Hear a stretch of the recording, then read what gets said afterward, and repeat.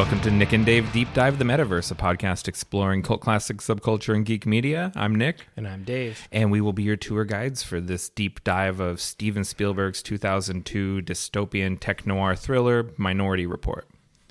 I'm not sure what I expected when I sat down to watch this movie, but I thought I had seen it. I never saw it. Oh, you've never seen this? No. I've never seen it either. But I like Philip K. Dick. Uh-huh. So I figured anything by Philip K. Dick, probably good. Probably. Then I saw Tom Cruise was in it, and I was like, ooh, this is probably schlocky. Yeah, I mean, my opinion of Tom Cruise has kind of come up, I think, over the years. Especially after we did their Interview with the Vampire episode. That's true. He was pretty killer in that. Yeah, but I don't know. This movie didn't really land for me. I mean, it has like a Mission Impossible. Like he's done like the same kind of action stunt movies, like the same scenes over and over again, like helicopters and. Yeah, Tom Cruise is a running fool. He's always running in every movie. Yeah, and he does a bunch of running in this movie, and they even talk about his running in the movie. Yeah, like he's still running. Yeah, and so it's sort of meta in that way. Yeah. I mean, Spielberg is a reliable director. This is a very well regarded movie, and Philip K. Dick, reliable like source for content. Mm-hmm. So. Hypothetically, we should have liked it. You know, I don't want to get too ahead of myself, but I did like it. Okay. I'm not going to say I loved it. It improved for me on my second viewing. Okay. So I watched it, and then I watched it yesterday when I sat down to take my notes, and I was able to just sort of accept it for its just for what it is, and for really appreciate what's great in it, which there is actually a lot of great filmmaking in it. Sure. And I kind of isolate the things I don't like and be like, well, I wish they hadn't done this, but overall it comes out still as a good movie. Yeah, it kind of finds its way. And it's interesting. So this was originally intended to be a sequel to Total Recall. With the Schwarzenegger, Paul Verhoeven movie from the 90s. And then that kind of fell apart, and then it got readapted, and Spielberg got involved and got Tom Cruise. But the two stories aren't related to each other at all. Yeah, I can see that. So other than that, they're short stories written by Philip K. Dick that are in the same collection of short stories. They don't have anything to do with each other, no common characters. Yeah, I could see them being in the same world, though. Yeah. Like, same universe. Yeah, I think they are. I mean, I think a lot of his sci-fi... I mean, Total Recall and Blade Runner are definitely in the same universe because the Martian colonies are a big deal. I like it when authors do that. Like, Neil Stephenson does that. Yeah. Like, with... most of his cyberpunk stuff is all set in that same snow crash world. Also, like with the train, is that the... No, that's Snowpiercer. Oh, not okay. Snowpiercer is to my knowledge, there hasn't been a Neil Stephenson cyberpunk film adaptation. Although I think it would be pretty cool. Okay. Yeah, I don't know anything about that. Yeah. Anyway, so let's just get into this. Okay. Let's roll for initiative. We're sharing the die. Jet got away with mine. He's a dice rolling fool. Ooh, a 2. And I got 17. That's me. All right. After 25 years. Ash Ketchum has become Pokemon champion. Oh, I saw that. It didn't make my news, but I should have. He set out from Pallet Town 25 years ago at 10 years old. To be the very best. To be like no one ever was. And he defeated Leon, and he has become the Pokemon World Champion. As far as I could tell, he's still 10 years old. And he still hasn't upgraded his starter. No, he still uses Pikachu because Pikachu doesn't want to evolve. That was the whole plot thing. I know. I remember that one. I still just generally think Raichu cooler. Yeah, or more useful for fighting like boss level Pokemon. Yeah. But anyways, it aired in Japan a couple days ago. The English episode or the English language version has not dropped on Netflix yet. Oh. Half the season is on Netflix, but the back half of the season hasn't dropped yet, and there's not a date. But after the world's oldest 10-year-old has finally become the Pokemon champion. Actually, I think Bart Simpson's the world's oldest 10-year-old. That's true. Bart Simpson is a much older 10-year-old than Ash Ketchum. That's such a niche title right there. Bart Simpson has been 10 years old for so long that when his parents were teenagers has moved 3 decades. Yeah. Because it's like now his parents were teenagers in the 90s. And it's like they were, when the show started, somehow they've been pulled forward in time. Yeah, I remember watching that show when I was 10 years old. I know. Time's a flat circle. Yeah. All right, so I got one. I'm going to be the Grim Reaper this time. Okay. Rip Kevin Conroy. I had that too. The voice of Batman. He's a Juilliard drama graduate. He studied and worked with Robin Williams. He's a fairly well-renowned and respected thespian just in general, and a legendary voice actor. Oh, for sure. And it seemed like everyone had nothing but great things to say about Kevin Conroy. So yeah, he'll be missed. He's seems to be a great person on and off camera, basically. Just a good dude. And he died young in his 60s. Like, that's too young in a modern day with technology. Yeah. Cancer's a jerk. Yeah, it is. It doesn't give a shit. All right, that's all I got for that one. Okay. Yeah. My next one is last episode, we celebrated the return of Henry Cavill as Superman. And this episode, we mourn the loss of Henry Cavill as Geralt of Rivia. It wasn't worth it. It wasn't worth. I mean, it was for him, for his bank account. Sure. It definitely was. Because Netflix, they don't have like comic book money like that. I mean, they do, but they don't. They don't give spend it. They don't give it out. Yeah, no.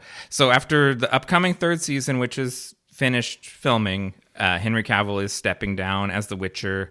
Liam Hemsworth has already been cast, and I wish him good luck. I have no hate for Liam Hemsworth. No. He's a good dude. But those are tough boots to fill, and it was just like anyone trying to become the next Man of Steel. It's just not. Yeah, it's gonna be a tough one.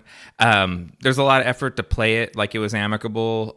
Sure. But there's been just for months and months, there's been talk about his dissatisfaction with his contract. Yeah, they won't pay him. The authors of the show don't like the books or the games. Yeah. They make fun of the source material and allegedly. The nerds that like it. Allegedly. Well, sure, that comes from. It comes from somewhere. That's what all this drama would not be out on the internet without. There's no smoke without fire. Well, and Cavill's a pretty deep nerd. So if they were shitty towards the deep nerds, he wouldn't like it. No. And he took a low ball I don't know him and I don't know his business. Sure. My understanding is he took a pretty lowball contract for the first 3 seasons. Just to get it going. With the understanding that if it was successful, which it has been massively successful, to the point that they're doing spin-offs and prequels and everything. I'm stoked for those. Yeah. That he could, when he came for the re-up, he'd get paid what he deserved. Yeah, and I think that's usually fair if you're kind of a franchise actor to go in early, and if it's excellent, then you get your reward. Yeah, and they just, as far as I can tell, they weren't willing to pony up the money, and so he walked. And that's actually something I really appreciate about him, is that he handles his business really good. Yeah. And it seems to work out for him. Well, so I mean, him not being locked into a series, which is a lot of time commitment, might mean that we get more Cavill movies. Yeah, like maybe The Highlander. Oh yeah, I mean that's like I said, that's going to be it hasn't been canceled yet. No, it's still in development. Yeah, still in development. Like The Crow. Yeah, like The Crow. All those in development movies. The Crow is not with Henry Cavill. No, that's Skarsgård, Bill Skarsgård. Yeah, okay, yeah, that'll be cool. I think he's great casting. I wish them luck too, but I'll believe all this stuff when cameras are rolling. Give me a Crow with Stellan Skarsgård. The old man, the dad. That would be. I mean, or maybe Dark Knight Returns with him. He'd be grim and like climbing a rope. Ugh, I can't do this anymore. Actually, Stellan Skarsgård as in a Dark Knight Returns type movie as the old Commissioner Gordon. Oh, that'd be pretty cool. That'd be really dope. He could give some real grizzled dialogue. Like he had a monologue in the last episode of Andor that was just fire. So good. I haven't watched that yet. I'm waiting till the season finishes up. Because I'm finishing Stranger Things. I'm way behind everything. I'm almost done with that. So last episode of Andor is next week. Oh, perfect. So I'll watch it while we have family coming into town for Thanksgiving. So I'll probably just watch it with my father-in-law. Good. Yeah. Oh, Andor's good. It's the best Star Wars thing that's happened in years. I saw an article, or I don't know what it was. I saw a thing, those web blurbs that just come across your metaverse feeds. That said, that was a debate whether Andor was better than the original trilogy. It's hard because the original trilogy is like a magical cultural touchstone. Andor, I mean, I'm not going to spoil our year-end episode, but there's no way that's not my show of the year. Oh, okay. Oof. I already know my show of the year. Yes, Divers, we have our year-end episode where we're going to wrap the Cyberpunk series, and we're going to do our traditional year-end tier lists. Yeah. What is this? This will be our third one, right? Yeah. That's pretty cool. Like it is. We've been like doing this for a minute. Grown-ass podcast. We have tradition. We have annual traditions. You do it cool. twice, and it's just a repeat. But you do it 3 times, it's a tradition. Yeah, it's a tradition. Okay, so I got some more news. Okay, and this is.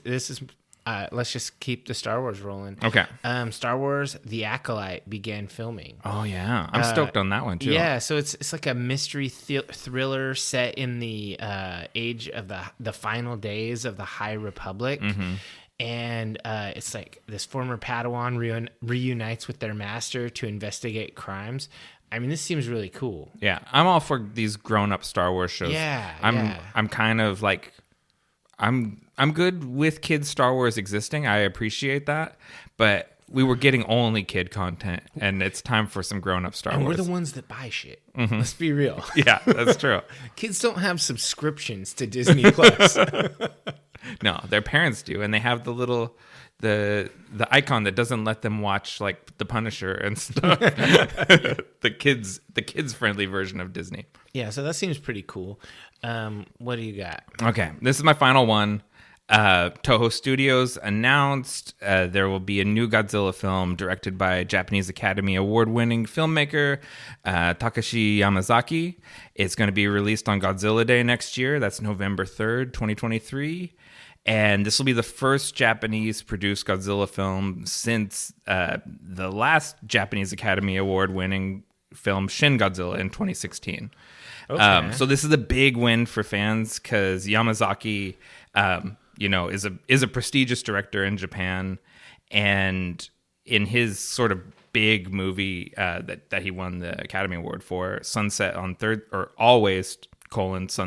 Street, there was a Godzilla like dream sequence in it that's just wonderful. It's so good. People are really into it. So people have been always like, this is the guy that should direct a Godzilla movie because he's like a prestigious director that clearly loves the genre and everything.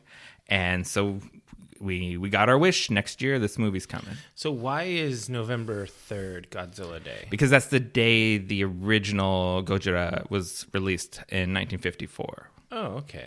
And so that's Godzilla's birthday. And are there big celebrations planned for 2024? Yeah. So every year now for like the last 3 years, this was the 3rd annual Godzilla Day in Japan. And it's like a big, like a convention festival thing. Oh, okay. And they show upcoming stuff. They show toys. They have meet and greets with people in the Godzilla suits. And like, it's like a big like movie prop museum. And it's become, not a holiday exactly, but a money grabbing kind of holiday. Yeah. Sounds perfect. The holidays you can charge admission to, that kind of holiday. Oh yeah. Gotta love those. And the last thing I had, I think we mentioned it last time where we were talking about John Wick 4, but they actually released the trailer. I watched that trailer, and it looks dope. He finally goes to war with the High Table, which at this point, in the movies, the High Table has only been discussed as it's like the meeting from where the different organizations get together to talk about issues and whatnot. Because if you are not into John Wick, there are different groups of assassins that have like neutral grounds where they meet, and they have sets of rules and like ritualistic kind of commerce between them, and it's really cool. It's not like supernatural ish, but it's very ritual. I like it. And so he's finally trying to get out for real, and I'm stoked. I can't wait to see this. So Nick and I were talking about doing a power watching all three of the previous, going and seeing John Wick 4 in the theater, immediately coming back here to the pod cave and doing a quick react. A react to that. Yeah. I'm stoked to see it. It's one of those things. I don't know why I've never seen it, but at some point you miss one movie, and then as they start stacking up, it's like, well, now it's a whole thing, and then you have to like, well, now I need to like devote some time to watching 3 movies. That's not just a casual thing anymore. Yeah, but you do that for any of these podcast episodes. You'll watch 3 movies. So that's the thing. I can couch it as something I'm doing for the podcast, and then gives me a reason to do it, which was the whole reason I wanted to do a podcast, to have reasons to do these sort of things. Because otherwise I just did it on my own, and then I'm like, well, now I know everything about this subject, and I guess I'll write a Facebook post about it. Yeah, I remember you telling me occasionally like, oh yeah, I just rewatched all of the Marvel movies in chronological order as they, they take place. They take place, not necessarily their release date, and I was just like, ugh. I've done that twice. That sounds terrible. I wouldn't want to watch all those movies again. It's just like doing this Cyberpunk thing, watching these 10 movies in the order that they were released. You see how they influence each other, how the genre and evolved. what they pick from each other. Like there are some Matrix moments in here. Oh, for sure. There hasn't been an action movie since The Matrix that didn't bite The Matrix. That's true. It just that just changed action going forward. Well, and that's why the John Wick movies are so great, because Keanu. And the guy that directs the John Wick movies was his stuntman from The Matrix. So it's like that's the sort of meta continuity that I get out of doing what we do here. Is that sort of thing. You see how these are connected. Like this movie takes a lot from Clockwork Orange. Yeah. And it's like, if we hadn't watched Clockwork Orange, I wouldn't know that, I wouldn't see it. Exactly. And so it just, you find things by deep diving them. Speaking of meta, since we've had a fairly short news segment, what do you think of the idea that Zuckerberg's metaverse is basically a complete failure? I kind of love it, because I didn't want to change my podcast name. I was prepared to pitch calling it Megaverse, and just pressing on, not changing any of our addresses or anything, and just swapping one letter and calling it. But yeah, well, I mean, I think it was when you just change the name of something, it's really a bad sign of how the business is going. Well, it's always a desperate last move. They changed the name of the company to Meta, but because he wanted to be more than just Facebook. But then they do this. It's basically VR The Sims. And it's not. It doesn't like look cool at all, and it just looks like Second Life. And last I read, they have 38 active users. Oh my God! He spent He spent billions on that. Billions. It looks like garbage, and no one uses it. And then they got rid of 11,000 employees because the company was hemorrhaging money. Why didn't he reimburse the company for the money he wasted on this stupid project? That's not how you be a billionaire. That's not billionaire thinking. That's not billionaire thinking. He's planning his exit. Oh yeah. Well, I mean, the smart billionaire does plan their exit. Like Zach Dorsey, you don't even hear about him anymore. Mm-hmm. But he's still got a B after his name. The thing with Zuckerberg, you have to look at it. When he's in college, he made a thing for creeping on girls. Because he's a loser. Because he's a loser. And because people like to talk to each other, and there was a functionality to it. It caught on. He rode that wave up, but there's no business there. Like they make money from selling ads, but there's not really like promoted posts, all that crap. It's like he's just been faking it the whole time, right? Because he doesn't have any sort of good product. He just stumbled into this thing and has been trying to, when someone else has a successful thing, he buys it up and incorporates it, buys Instagram, whatever else. And WhatsApp. Reels are just fucking shitty TikTok. Mm-hmm. Most Reels are just TikToks. You can see the TikTok. It's they shared their TikTok on TikTok, and then they're like, and I'll share it over to Reels. Or like if I'll admit, I watch the Reels sometimes, but if I click on the Reel because it's got me, like the algorithm's good, and then I click on the Reel, the user or whatever, so I can see more of their Reels. Yeah. It always has a message leading you to their TikTok. It's never original content. Since they started really pushing Reels and the Instagram stories over how posts used to work, our social media engagement had just gone down. We get way less likes than we did before they started people don't like videos. Well, you can, and you can't do a thing like nowadays, and this is very meta, divers. You can't post, if you post links to things, you get buried in the algorithm. Like I have a friend who he did a whole post on it where he did a bunch of testing and a bunch of just homebrew testing. And he's a smart dude. And he doesn't post links to anything. He discusses it in text and he puts a link as a top comment. Okay. Yeah. And it's like, and he said it increases visibility and engagement. Because then it has comments on it. Yeah, it's a comment, and it's stupid because it's your comment.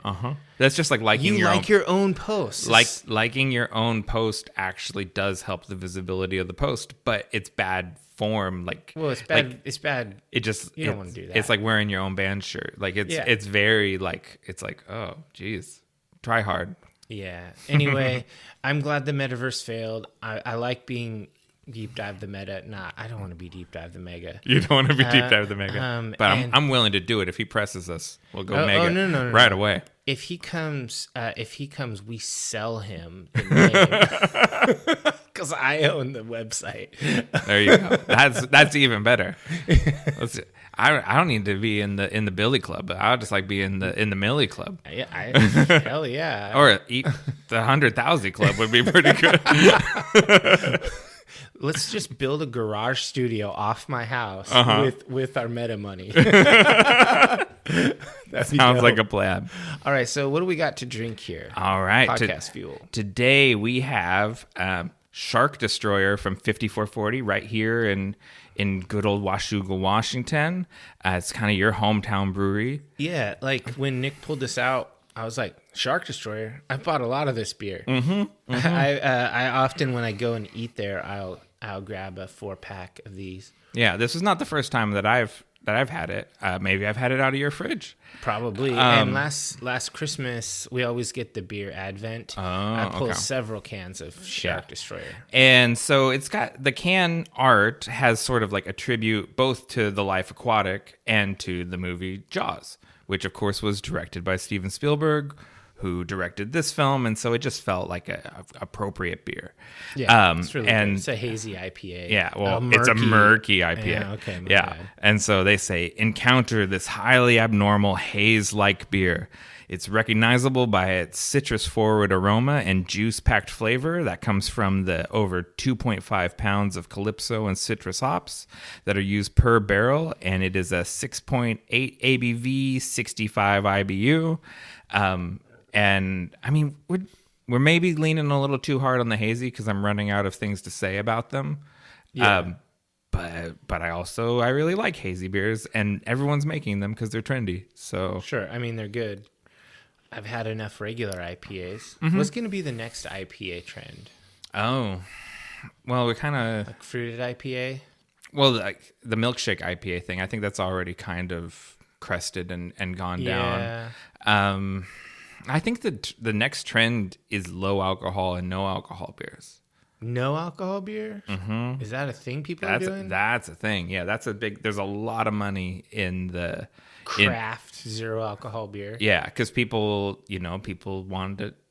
drank a lot over the pandemic, and people are examining their lifestyle choices, and people enjoy the community of having a pint at the pub, but don't want to get shit hammered. Sure. So I mean, yeah. why not just go sessions? Like we've got like 2.5% or something. Well, like that's that. a low alcohol Sure, beer. So yeah. that's part of it. So low alcohol and no alcohol. That's the trend. I do like a sessionable beer. Something I where I pref- could have 2 or 3. I like the English model of doing things. They have Guinness half strength. They have lunch beers. Yeah. Like you have one and go back to work afterwards. Not me. No, Not well, me, not guys. that would be. I knew some. There was people in your profession drive. when I was. I know I can't do it either. Sometimes I have gone on my lunch and bought beers like For this? and I feel so uncomfortable in Having them in having your a beer in my lunch bag at work. It's like, oh, I promise I'm not going to touch it. But I know that because I work for an HMO, I know for a fact doctors send each other alcohol in the inner office mail because I move the mail.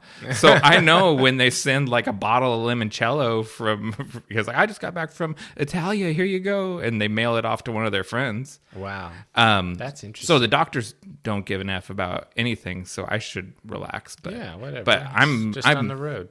I'm a much more uptight person than I try to present myself as. Yeah. Like I was like, oh, you're not supposed to do this. Like I have those It's sort just of thoughts. anxiety inducing. Exactly. All right, so let's go ahead. What if I got in a wreck and the can burst, beer got all over inside you. my vehicle? How would that look? It would look It would- real bad. It would look really bad. Yeah. You got in a wreck and they open it up and they're like, look, you had beer. He was clearly hell? drinking. I wasn't. It's closed. It doesn't All right. look closed. So let's wrap this up. We will come back and get into the chronological deep dive.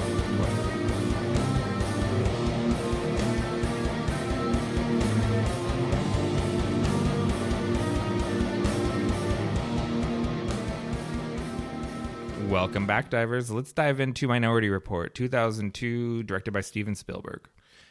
So this movie opens up on clearly like a bad dream or something. Yeah, It's well, like this weird vision. Before the movie even starts, the Amblin Entertainment and 20th Century Fox vanity cards have this blue underwater effect on them.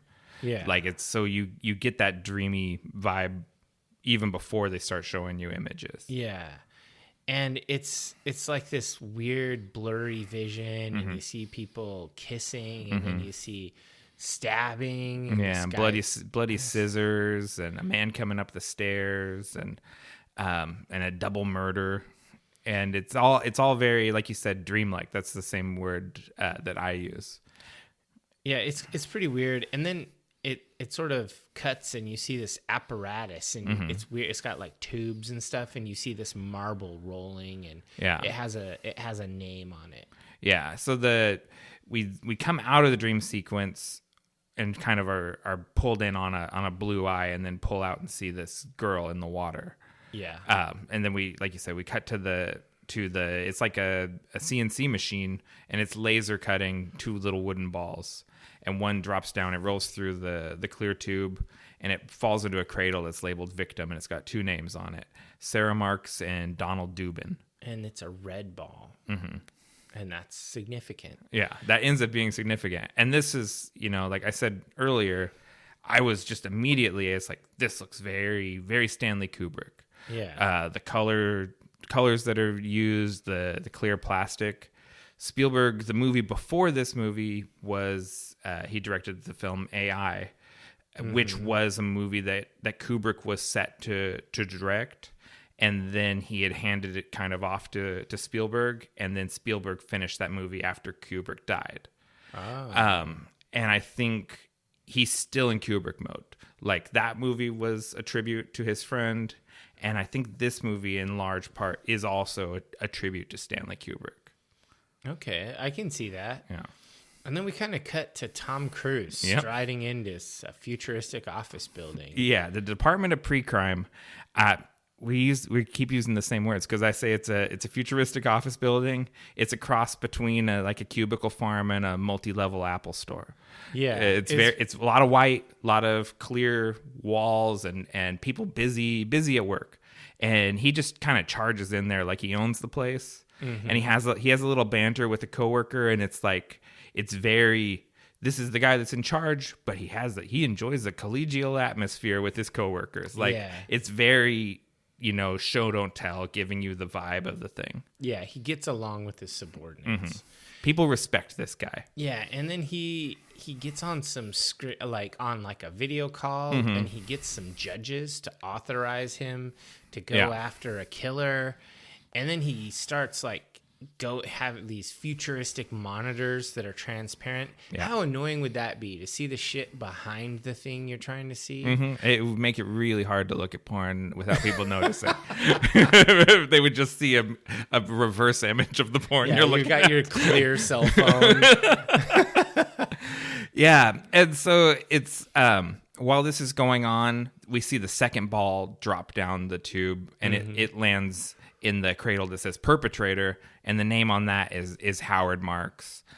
And like you said, Tom Cruise's character and John Anderton, he kind of behaves like a conductor when he gets in front of the screen, and classical music starts playing, and he starts sifting through these images that we saw earlier. He has these gloves on that have little lights on the fingertips and stuff.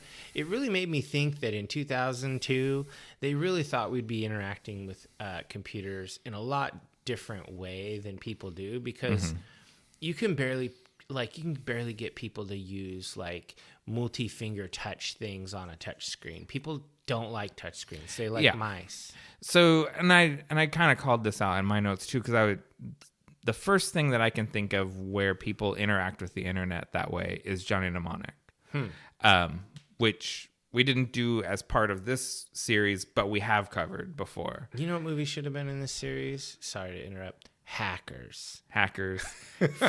Free Jack probably belongs in there. There's some cyberpunk classics that I'd swap out a few movies for. 12 Monkeys.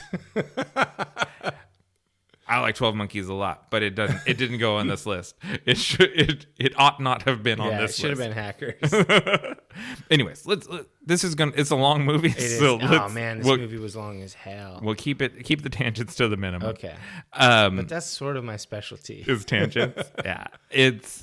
My specialty is taking insane notes that cover every detail.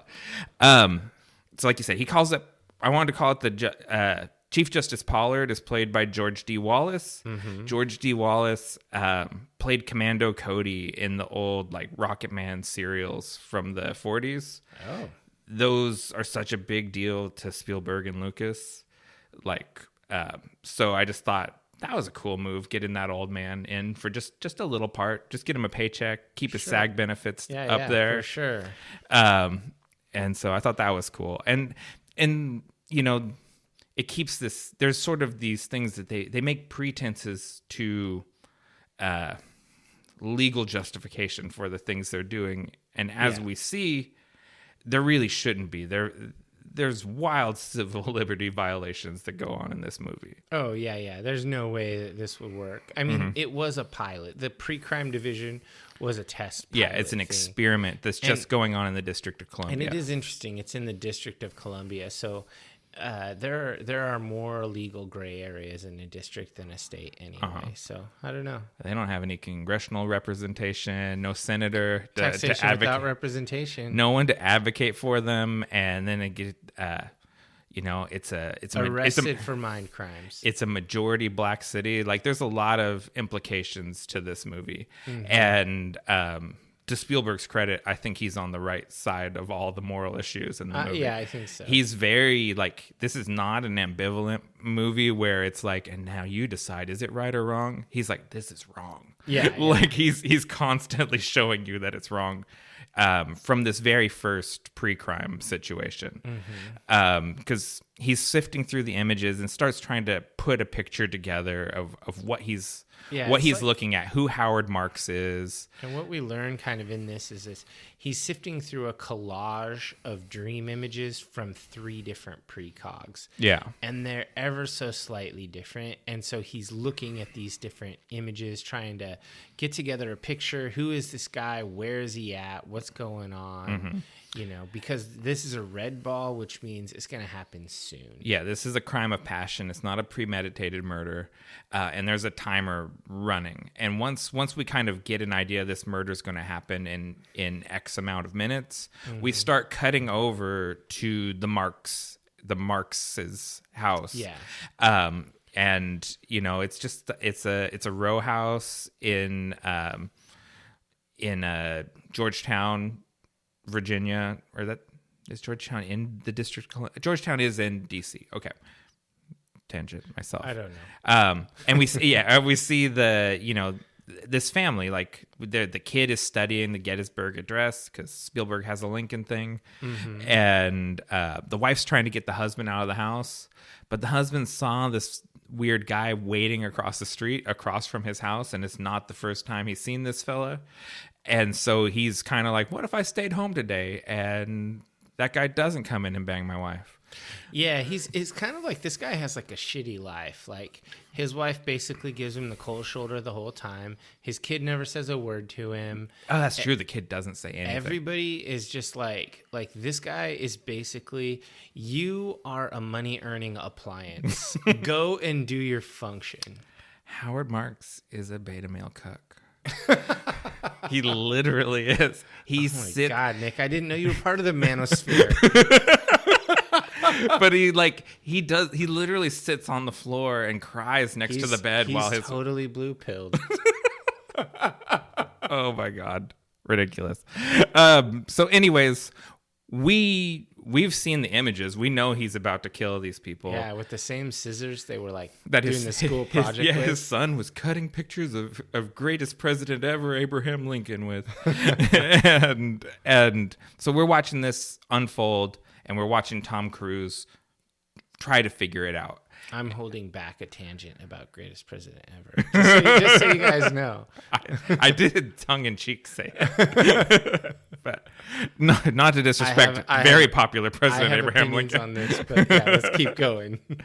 And so, it's a really well-constructed scene. Like, there's real tension. Like, you have this sense of urgency on the time, and you have the false start where they get his driver's license. They're ready to jam out of there and go to the address, and then they find out that they moved and they're left no forwarding address. So they're having to use visual clues to figure out where this row house is, and it's pretty hard. Like a kid on multiple sides, left and right, and he's like, "It's a merry-go-round. Yeah, because it's across from a park." Yeah, because you can hear the squeak of the thing, like in the audio, and he's like, "Oh." They find a way to make this investigation actually kind of exciting. Here, I'll do it as a brief. This is not a tangent. This is relevant to the podcast. In my preparation for doing this podcast, even though I'd never officially studied film studies, I've read a few film studies textbooks. Sure. Steven Spielberg's very controversial filmmaker for film snobs because he's either just an absolute hack that produces Drek or a great auteur filmmaker.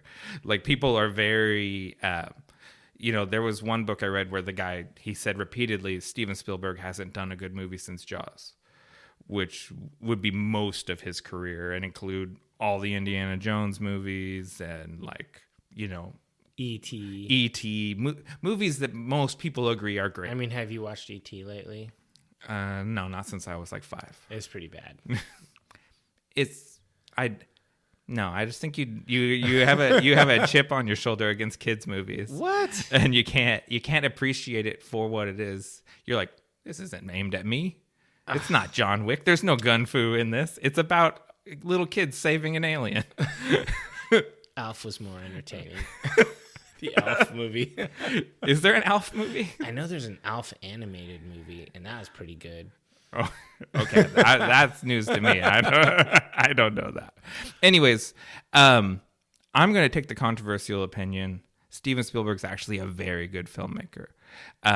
His film craft is just like, he's just really good. He's really good at composing the scenes. He's really good at laying breadcrumbs that you follow back later. He's good at everything about making movies. Yeah. I fall on the side of Steven Spielberg comes up. He's good. Jurassic Park, perfect film. That's just a perfect movie. The first one, really good. Yeah. Everything after that should be deleted. I like the Jurassic World movies have something to offer. Okay. Anyways, that's my tangent there. They ultimately do figure out where these row houses are. They go and load up into their drop ship that looks like a Boba Fett ship. Yeah, it looks like Boba Fett's ship, which at one point was called Slave One. Yeah.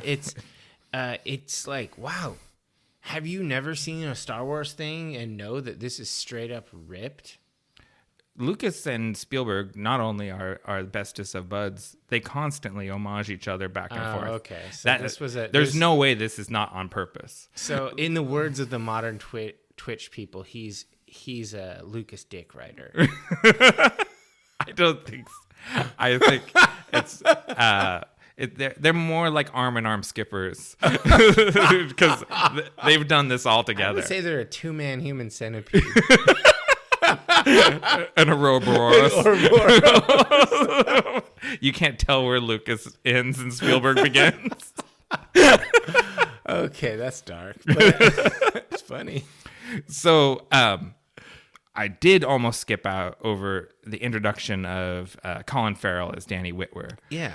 Because when the time cops, they've got a heel. He's a Fed. He's a jerk. He's a twink from the feds. There's a little casual homophobia in there.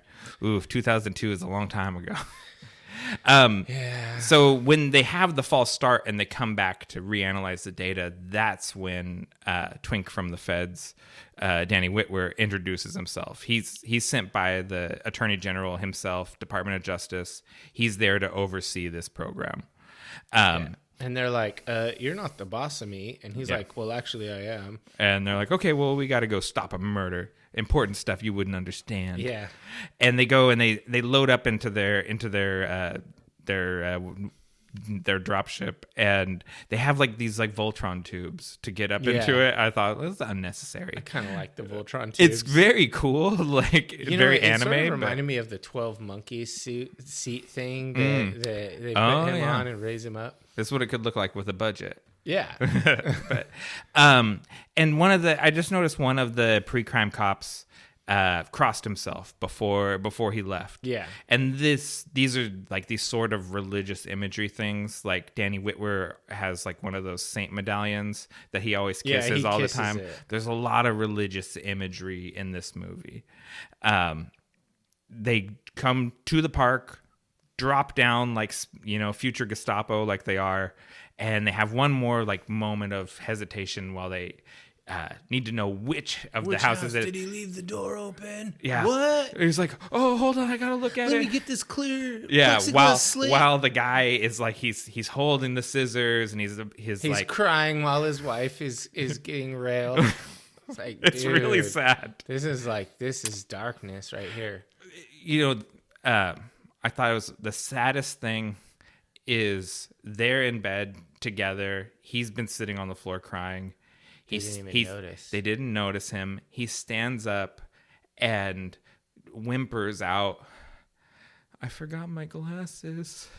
You know how blind I am without them." and of course they stop what they're doing, and his wife's like, "Oh, don't cry." Like, it's not what it seems. It's really killing the vibe.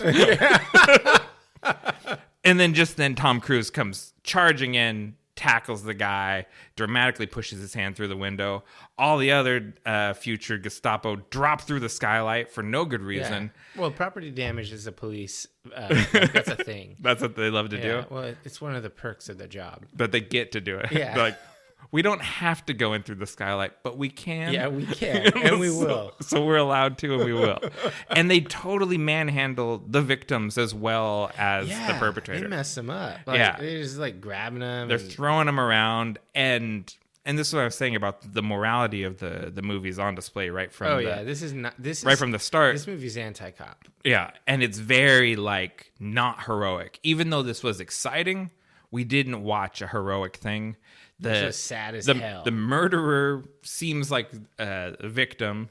The victims seem like perpetrators. The cops seem like villains. The whole thing, this is a moral mess. This is a really This is interesting because I enjoy trope subversion, and this is definitely some serious trope subversion. Yeah, there's no hero in this moment. No, there's no hero in this movie till the last half hour probably. Yeah, I mean there are characters I like. Yeah, but they're not heroes. Really. No, for the most part, I'll make Danny Whitwer's pretty straight arrow. I mean the thing is that he's dedicated to justice. It's another subversion thing. He starts off and you're supposed to hate him. He's the outsider who's gonna mess everything up. He represents the feds. Blah blah blah. But in the end, he's actually a dude with a pure motivation. He does some dick things, like breaking into John's apartment, but that's also a violent. Yeah, they definitely. Civil liberties are out the window in 2046. It's just no one has them, and that's actually a theme of the movie: is that people don't have civil liberties in this world, and they don't even notice. In 2046, we should do an episode. We'll still be podcasting this movie. Oh yeah, it'll be a hollow. It'll be a hollow cast. It'll be in whatever Metaverse 9.0 or whatever, and it'll be yeah. And so from there, we cut back to the precogs in their tank, and I think this is the first time we see all three of them. There's two boys, and they're kind of spazzing. Yeah, they're experiencing what they call an echo or deja vu, where they're reliving the traumatic murder. It never happened. Yeah, it never happened, but to them, it's like it really happened. Right off, these kids have a really terrible existence.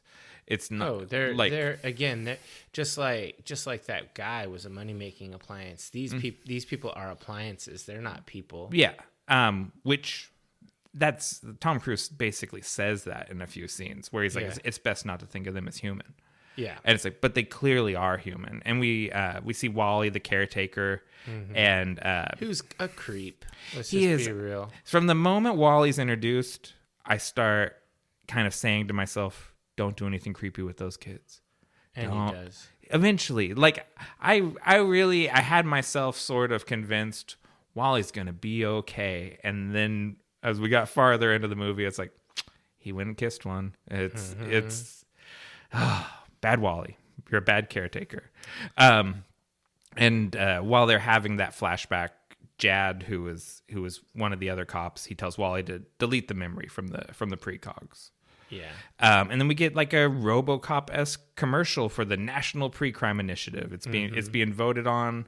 It's a national election. They want to take this precrime operation nationwide, and Lamar Burgess Burgess. This is a total data dump. This is a tell don't show. It is a tell don't, but it's done in a show way. Yeah, like in RoboCop. Yeah, so it's incorporated in, and we're not watching the commercial. The commercial's playing on billboards all over the city. Yeah, extremely invasively. Like, they just beam shit into your eyes. Yeah, and director Burgess is played by the late, great Max von Sydow, a veteran of so many great sci-fi movies. And we see Anderton out jogging through the filming locations of The Wire in the middle of the night. Yeah, because not suspicious at all. Yeah, he's just like, I'm just gonna go to Baltimore. You know, nothing bad happens in Baltimore in the dark. And he's jogging around, and you know he finds his drug dealer out there, of course, because that's what you do running around in those sort of neighborhoods in the middle of the night. And the drug dealer alludes to knowing who he is, and basically how it's good to have the chief of Precrime as a customer, because he has some dirt on this guy, so if I ever get popped, I can lean on him to get me off. Yeah. And Tom Cruise is like, well, what do you think you know? And the guy gets up and has this cheesy one-liner about in the land of the blind, the one-eyed man is king, but he's a no-eyed man. He takes off his sunglasses and he has really bad CGI eye holes. Yeah, that was weird looking. I didn't like that. I didn't like it. That was a cut. They should have just got rid of that. It could have gone, but it's sort of it's essential, because we have to set up that Anderton is a drug addict. Yeah, and he's addicted to a fictional drug called Neuroin. Neuroin, yeah, which is like heroin and neuro together. That's very cyberpunk sounding. It is, and you get it from little inhalers, little poppers. Pretty cool. Yeah, I mean, drugs aren't cool, kids, but that's an efficient way to do. Inhalers are cool. You know, but it's very wasteful. He has a lot of single-use plastics. And he doesn't clean up like his space age awesome house with his it is a total wreck. Like, this guy, he's rich. He should just hire a cleaner. Yeah, so he does have a pretty cool condo, and his future car comes up and docks right on the side of it. That's awesome. That's really slick. And his apartment is a very odd mix of maintained and shit heap. Yeah. Because he has a ton of plants that are all healthy. So it's like, well, he waters plants. Like, he does some things, but like food everywhere, and like his little neuro inhalers everywhere. He's high when he gets home. Like, he stumbles out of the car. But basically, ever since his wife left him, his life has been shit. Yeah, because he sits down, he's eating cereal right out of the box, and starts watching. That's not a crime. That's not a crime, but that's how you show a man's he's given up. I'd have had him get a ramen thing and just eat it dry and eat dry ramen. If you take bites of the noodles and put the powder in your mouth. Yeah, I think that a weird ramen scene would have been more interesting to me, but because I like cereal, I think there's nothing wrong with cereal as an adult. I thought it was a really good cyberpunk moment in that the cereal has a holographic advertisement on the box that won't shut up. So he throws it across the room, and like those little things that I was like, these are good, like flavor, like world flavor. Yeah, there's a lot of good world flavor. Advertisement just wants to invade your space. They want to advertise everything everywhere. Like, none of these movies ever predict smartphones, because that's how we get this invasive advertisement. We do it willingly because it's our Neuroin. It is. Well, you just. Like in the movie, you just become numb to this stuff because you're constantly bombarded with it.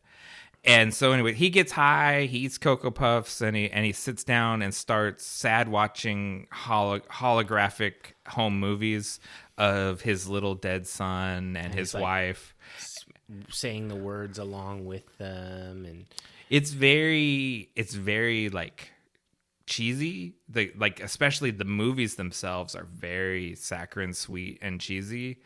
But it tells the story. But it's this scene too fucking long. Yeah, I'll give you that. I'll definitely give you that. Like this whole like the drug getting thing should have been shorter.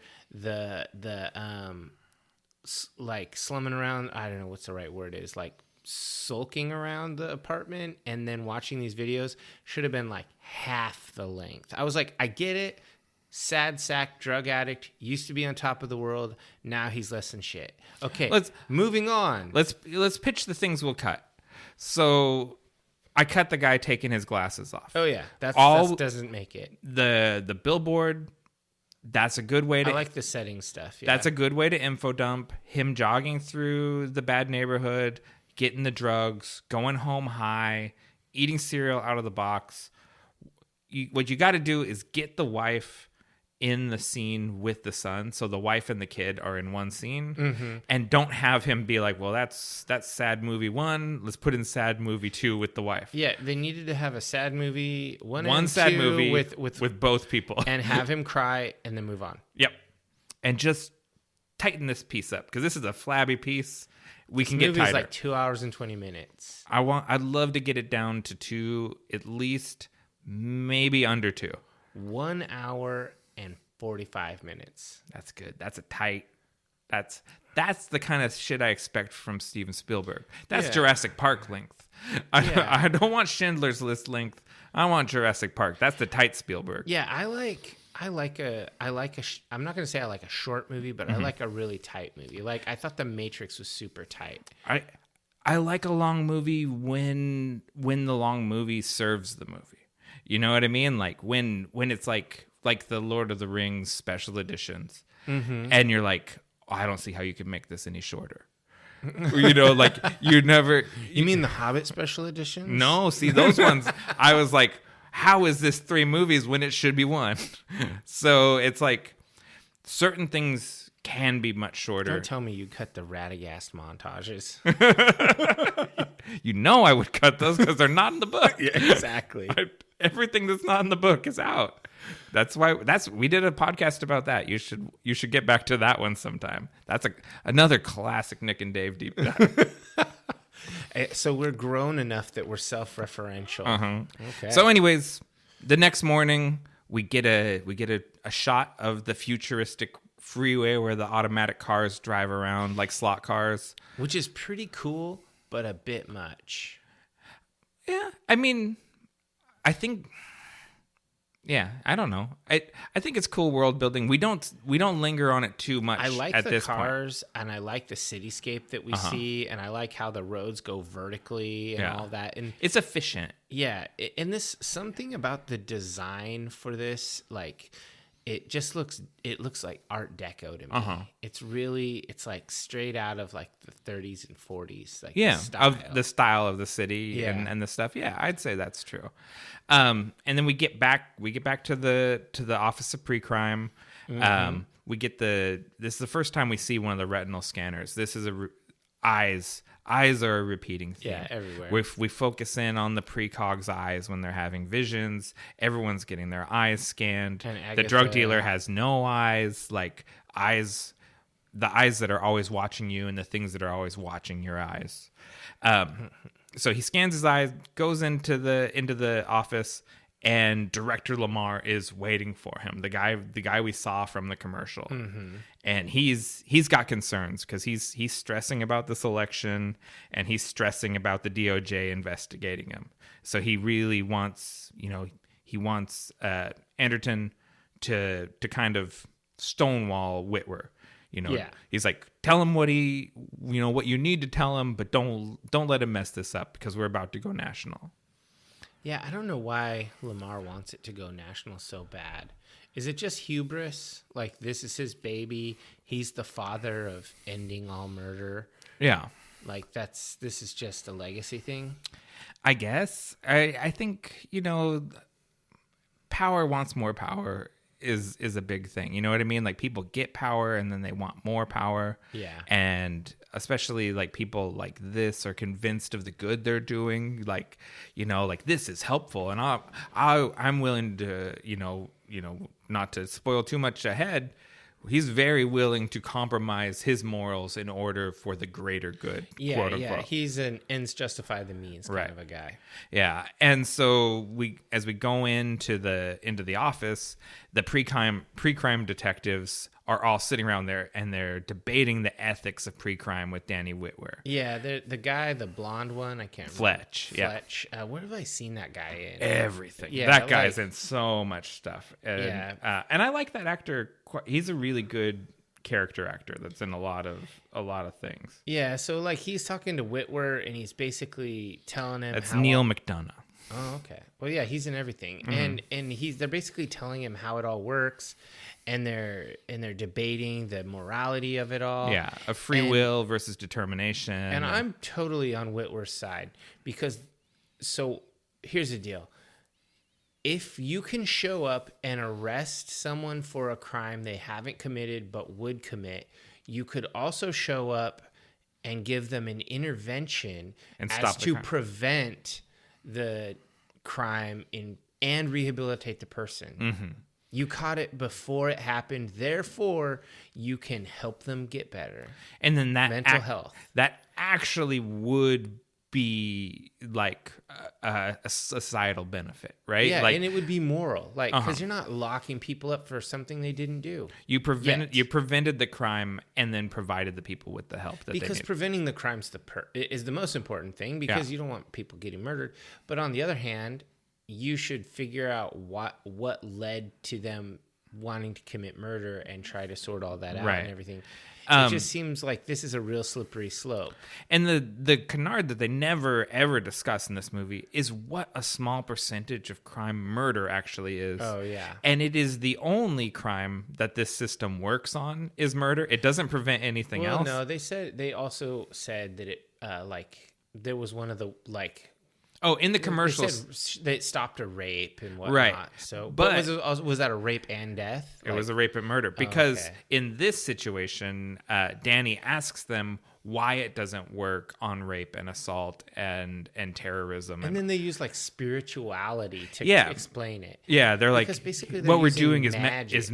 is metaphysical. And Tom Cruise kind of comes in halfway through, and he, as a demonstration, he takes one of the balls, the precog balls, and he rolls it across the counter, and Danny instinctually catches it, and he's like, see, was that going? Why did you catch it? And he's like, because it was going to fall. It's like, and the fact that you stopped it from falling doesn't mean that it wasn't going to fall. Gotcha. Yeah. And that's his big mic drop moment on the philosophy of the whole thing. Yeah, it was going to happen, but your reaction to the fact that it was going to happen can be changed. Yeah. And there's a mention in here of Iris Henneman, who is the other founder besides Burgess of Precrime. Kind of how she's the only person that understands how this works. Foreshadowing. And Danny, basically says, well, I'd love to see him in person. Let me in there. I'm going to see these guys. You can't see them. Yes, I can. I have a warrant. Let me see it. Okay. Yeah. Basically. And I like the way this all plays out because Danny's a cool cucumber. He hardly ever loses his temper or anything. And he basically, he says he wants to see the precogs.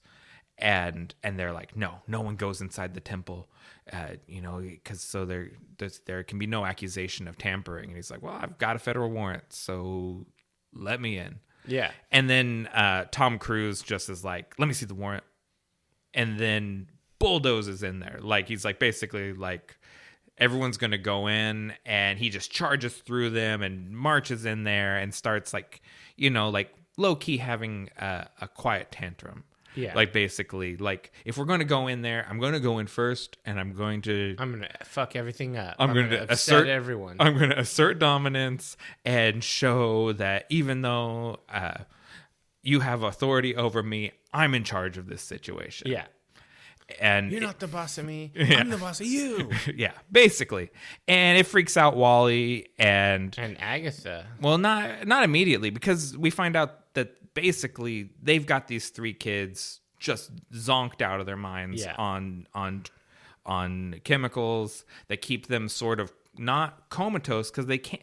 Basically, they have to be like semi-conscious in order to have visions. They can't be fully asleep, but they can't really be awake. Yeah. So they're just sort of half sedated. So here's a question: if they're gonna take Precrime nationwide, how do they do that? They need more kids. Do they already have more kids? I think maybe, but where are they? Who's got them? Maybe only Lamar knows. I don't know. But it's like, this is a little bit weird.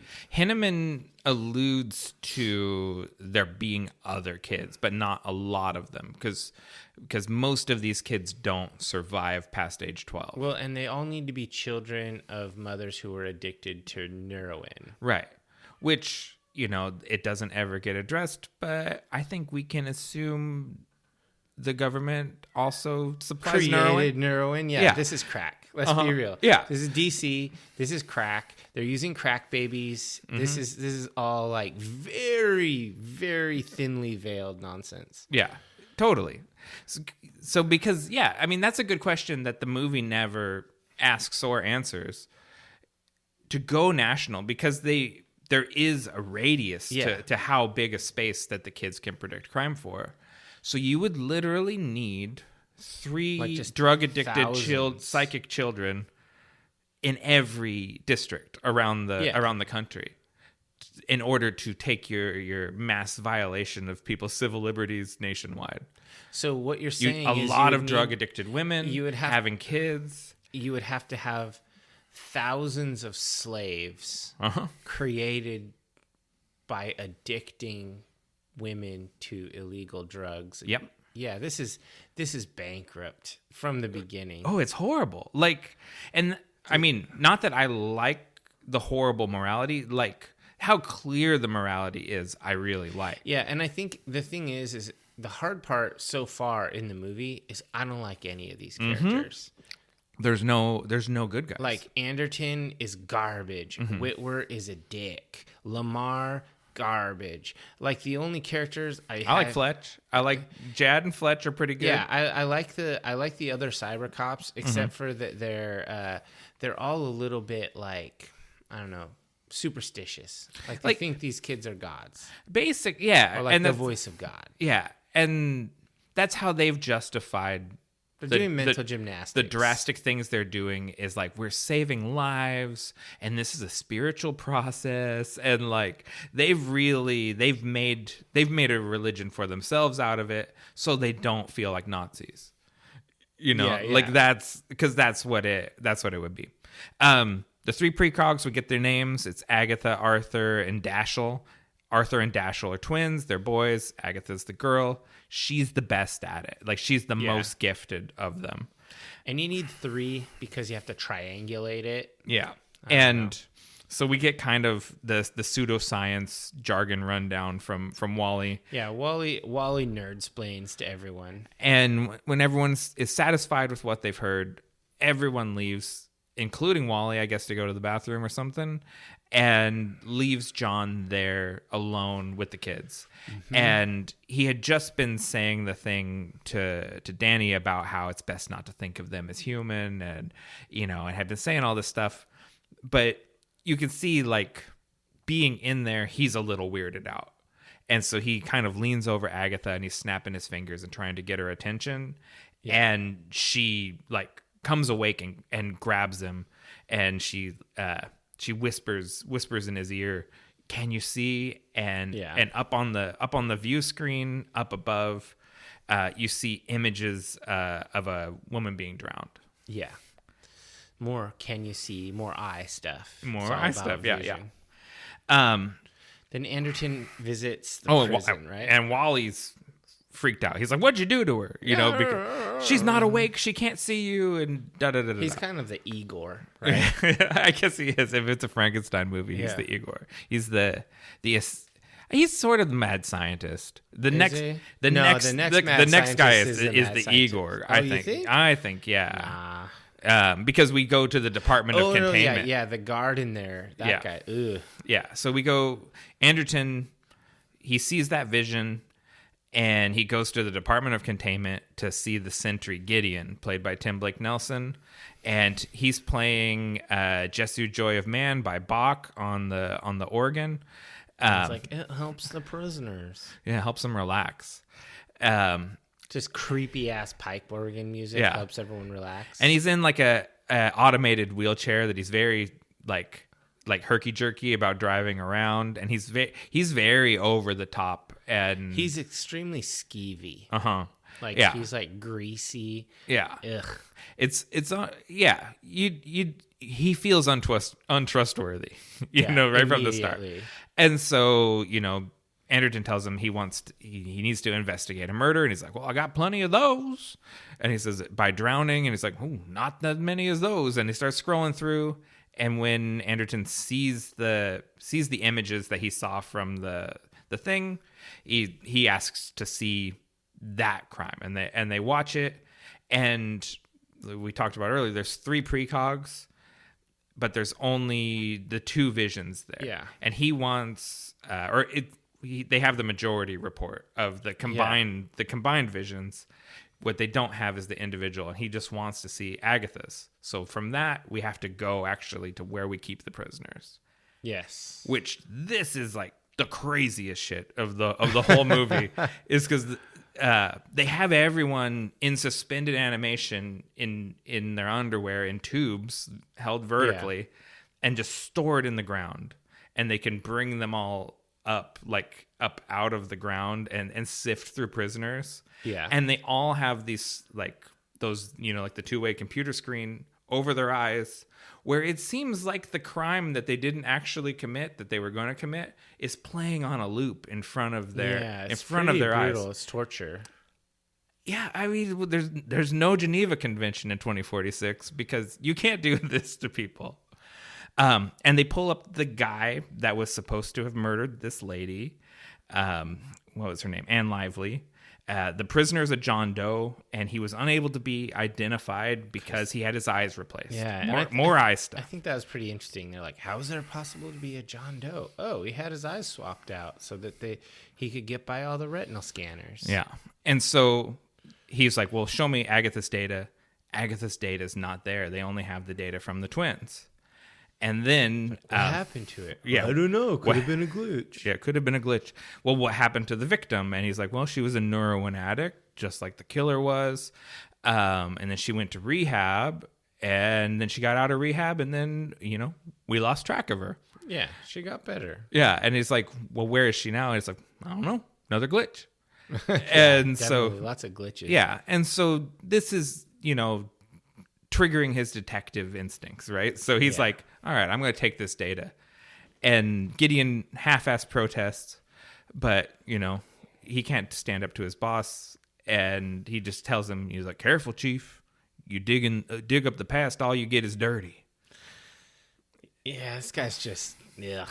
Yeah, and do you think he knows more, I think, than what that warning tells me he knows, I think that he is very okay with looking the other way, and he's probably looked the other way quite a lot of times for like Lamar and whatnot. Sometimes the director comes down here and just deletes stuff. Yeah, and I go and then get another soda from the machine, and I come back and say goodbye as he leaves. Yeah, this guy. Yeah, he's totally okay with the system being corrupt as long as he's got his little fiefdom. Oh yeah. Just play a piano for people in a medically induced coma being tortured. Yeah. This is normal. This is fine. Hey, it's a government job. You've got good benefits and a pension. Yeah. He's gonna retire. Yeah. It's gonna be awesome. So Anderton, being an idiot, goes to director Lamar to tell him everything that he's uncovering. Yeah. And he's just basically telling him, oh, there's missing files and blah blah blah. And basically they're talking about pre-crime. Like this conversation evolves, and they discuss like the possibility of this all going away. Yeah, like basically Lamar is so good at redirection. Like he pretends to listen to the thing that you're concerned about, then he distracts you with being an affable old man, and then comes in with the thing he wants you to worry about. Yeah. And he does it to everyone that he talks to just excellently. Yeah, like he's definitely a manipulator. Oh, he's so good at it. But you're basically the audience. We are still in grandpa mode with this guy. When we see him, we're not suspicious of him yet. Huh. Or were you? I was early on, like, well, this guy's a creep. I was like, this boss man, he's a bad dude. Like, I had that early on, and then I even have it in my notes coming up where I'm just like, I bet the boss did it.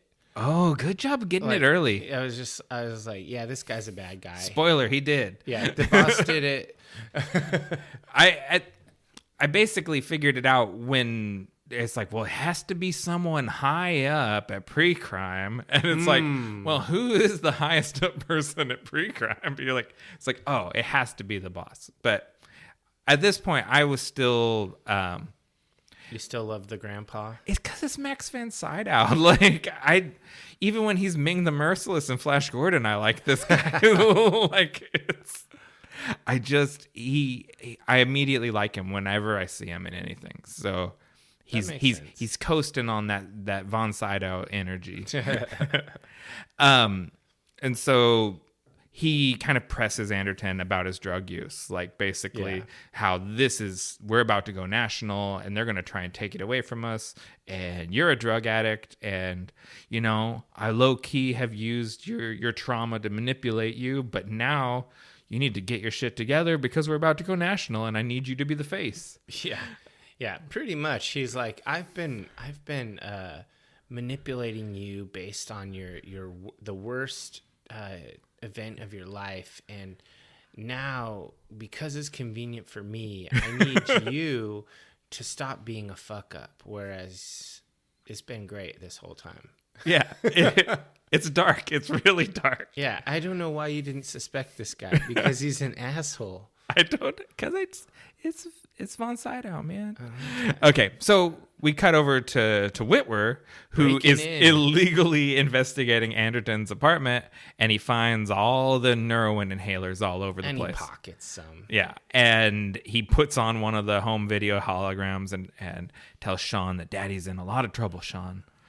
Yeah. And it's like, well, this is gross. Now, you were kind of my favorite guy, and now you're a gross guy, too. Everyone's a little filthy. Yeah, I wouldn't say he was my favorite, because I always thought he was kind of a dick. Mm-hmm. But I thought at least he was it was understandable what he was doing. At this point, he stepped over a line. He's a jerk. So we cut back to Agatha in the tank. She starts having another prevision, and the ball comes down, and the victim is Leo Crow. And Anderton comes in. He starts doing he gets the Zoom call going with the doctor and the judge. Funny how we just call it Zoom calls. I know. This invented Zoom.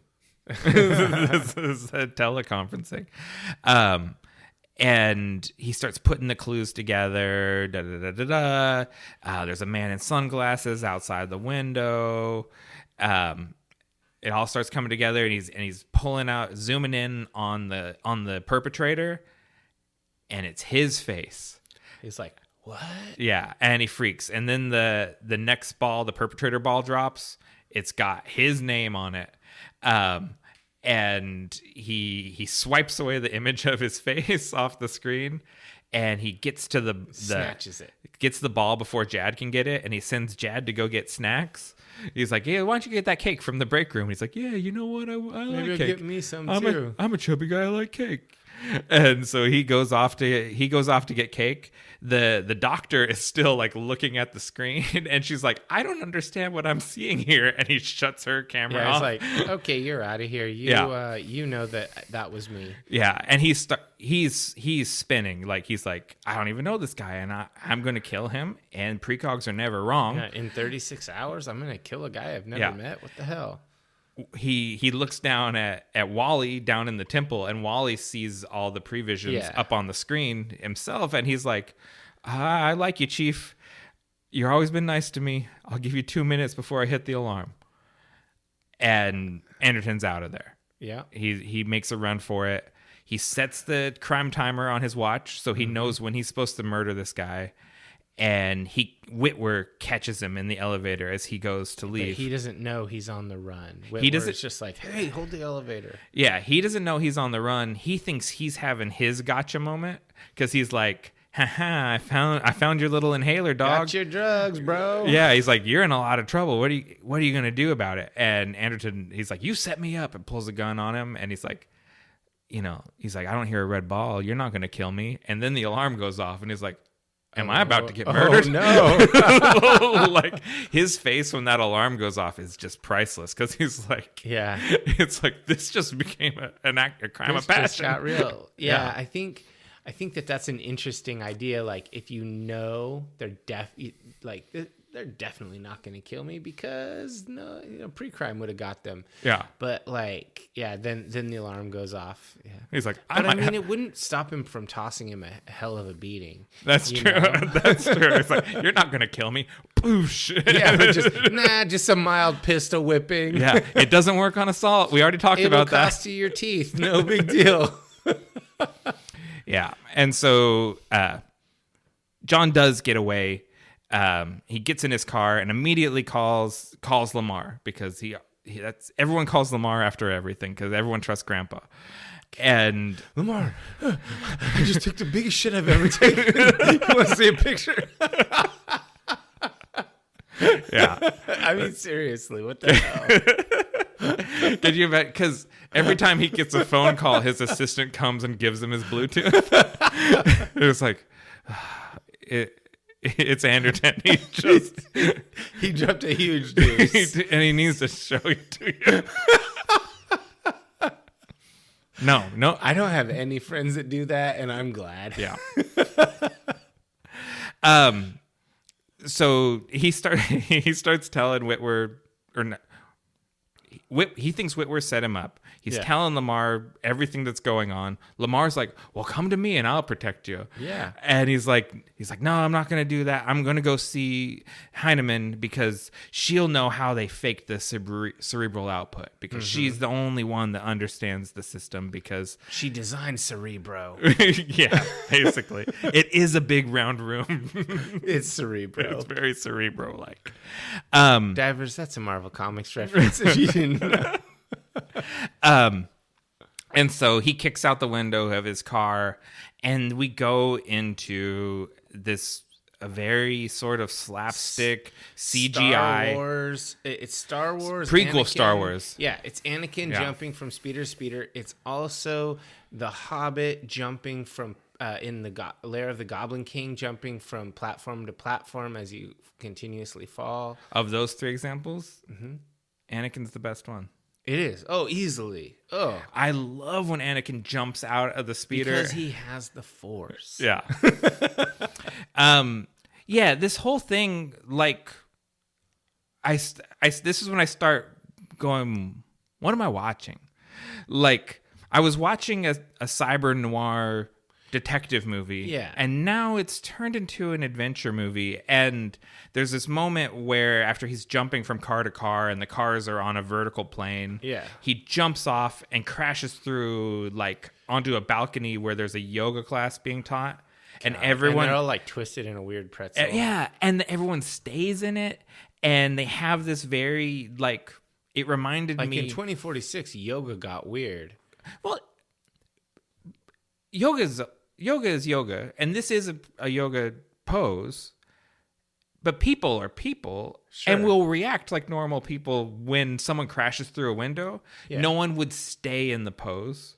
Like, people would stand up normal and, like, freak out because a guy just crashed through the window, but everyone stays in the pose, and it's very Indiana Jones, which it is a Spielberg movie, right? And he directed those movies, but it doesn't fit this movie. Like, it doesn't fit the tone. I agree. It doesn't fit the tone of this movie. It doesn't fit the themes of the movie. And we go from this to another Indiana Jones action sequence, and then a third one on top of that, basically. And I think so if you're looking at this movie from, like, a storytelling perspective, the first part where they solve the first crime and all of that, that's, they're presenting they're presenting life how it is. And then when he gets accused of the crime, or when he learns that he's the one who commits the crime, that's when, the touchstone moment where everything changes. Right. And then deciding that he needs to go and seek out the creator of Cerebro or whatever. That's it's basically his call to action. And it's his pivot. It's the hero pivot. Right. This movie follows the standard story beats. Like, because you read filmography books and I read novel writing books. Right. This is literally beat for beat. There's a book called Save the Cat about screenwriting. This is Save the Cat, like, by the numbers. There's no twist. He never saves a cat, though. I know. Save the Cat's just the name of the book and the method. Okay. So, and that's fine. I mean, actually, that's what Spielberg is good at. I don't hate Save the Cat. Don't get me wrong, divers. I actually think formulaic storytelling can actually be super entertaining. Harry Potter, Star Wars. Well, and this movie has what to me, what it takes to make it good cinema is that it has a message. Like it has something. Think. It has a viewpoint that it's trying to teach you something about society and the path that we're on. Yeah, like when Whitwer was talking to Anderton about the morality of it, I had to stop and think, what do I think about that? Yeah, how would I feel if this was a thing? Would I vote for it? Yeah, I vote no. Oh yeah, no. I'm an anarchist. This is not an anarchist. I'm much more of an anarchist than I am a pre-crime enthusiast or a pre-crime supporter. But anyways, my objection is not how it's using the classic hero's journey or whatever. Yeah. That's not my problem. My problem is that at this point in the movie, the tone of the movie gets silly for a good half an hour. Yeah. And it's not a silly movie. And like the jetpack fight. Yes. Okay, well, let's take the jetpack fight when we get to it because it's coming up. Anderton's on the run. Fletch goes to Lamar because everyone goes to Lamar, and Lamar tells him he wants Anderton brought in unharmed, but Whitwer barges in and asserts control. Like he's in control of pre-crime. I'm in charge of this investigation now. now. And he gets in Lamar's face like he's like, "What? You've been protecting him, and you know he's on drugs." And he's like, "His son died. What are you, a dick? Of course he's on drugs." And like we'd all do drugs. Yeah, you'd do it too if your son died. Come on. And he's like, "Well, maybe, but I'm in charge now. I'm taking this whole operation over." Colin Farrell is great in this, by the way. I love him. Yeah. Everywhere Anderton goes, he's getting retinal scanned, so he cannot hide. Because like every advertisement addresses him by name. Yeah. Hello, Mr. Anderton. Yeah. How are you doing, John? Yeah. This is insane. Oh, it's like, you need a new Lexus. You'd like a pint of Guinness. Like it's very like. So don't you think maybe because The Matrix had come out so recently, maybe they shouldn't have named him Anderton? It's too close to Anderson, Mr. Anderson. I don't know. I've been kind of wondering like what the symbolism of that name Anderton. Actually, no, it's from the Philip K. Dick book. Oh, yeah, because I actually did read the short story, and the big beats are there in the short story, but it's much smaller and it's much more about. It's like an hour 45-minute movie. It's not even that long of a book because it's just, and it's much more just about the system of pre-crime and how someone can fake a pre-crime. Like the big twist of the end of the movie is the whole twist of the short story, essentially. Gotcha. And it's a lot simpler and it has less to say, but it's still like it's a tight little sci-fi story, and they made something bigger out of it. All right. It's not a skipper. Philip K. Dick, he's real, and coming from me, this is saying a lot. He's very obsessed with breasts. he always describes people's breasts.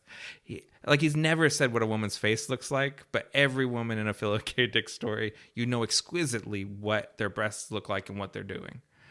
I wonder if that's why he's so popular. Maybe that's like, this is very relatable content. I'm highly interested in this. It's like, this is groundbreaking science fiction, and a lot of boobs are in it. Yeah, this guy can write. And so he's getting scanned everywhere. So obviously, they peg him. That's not meant to sound dirty. They don't peg him, but they identify him on the subway. Damn it, Nick! Why are you the way that you are? They identify him on the subway, and the Precrime squad goes in. So why didn't he like put on some sunglasses or a veil or whatnot? Because like nowadays, like in the heavily like monitored countries like Britain and Japan and whatnot, there are people who do things to avoid that. And he is a detective that should know all the ways to avoid it. That's a good question. What the hell? That's the idiot ball. Let's talk about storytelling techniques. Yeah. So the idiot ball is the thing that someone in the plot is carrying that's stupid that moves the plot along. Yes. The fact that he doesn't cover up his eyes when he knows that his eyes are getting scanned everywhere he goes, that's some idiot ball thinking.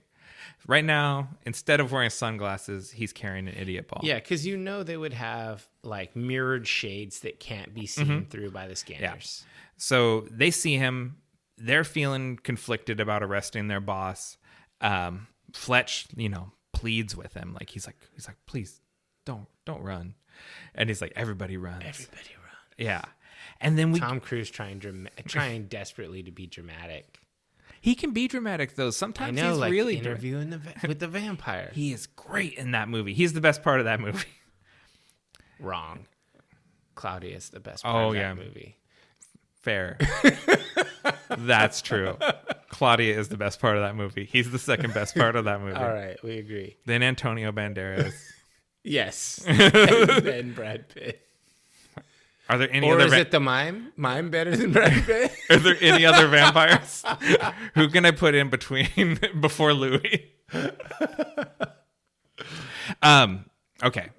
So we get an exquisitely choreographed and executed, completely tonally out of sync, slapstick Indiana Jones fight sequence here. Jetpack fight. It's a jetpack fight where they're going all over these apartment blocks. They're going in through apartments and having weird montages where like smashing people's dinner tables. Yeah, and the flames from the jetpack grill the hamburgers. Yeah. Oh my God. When I saw the jetpack grill the hamburgers that were already on the grill and see them sizzling, I was like, what the fuck are they doing? It's so weird. It's so out of sync with the movie. This is like... It's not noir. It's not slapstick. Noir. Yeah, like... That's the sort of thing you see in Tom and Jerry. Very much. It's very cartoony. And it's all well executed because of Steven Spielberg, and he's a great filmmaker. He shoots the shit out of it. Everything's perfect. All the stunts come off. It all works. Technically, it works. But for the movie, it's horrible. In my notes, I simply say, this chase scene is kind of weird and clumsy. But it's not, though. It's not clumsy at all. By that, I mean it does not fit. It doesn't fit. There's no noir here. It's like, well, you did this great, but it doesn't go in this movie. Like, Tom and Jerry is where jetpacks grilling hamburgers. That's cartoon shit. Yeah.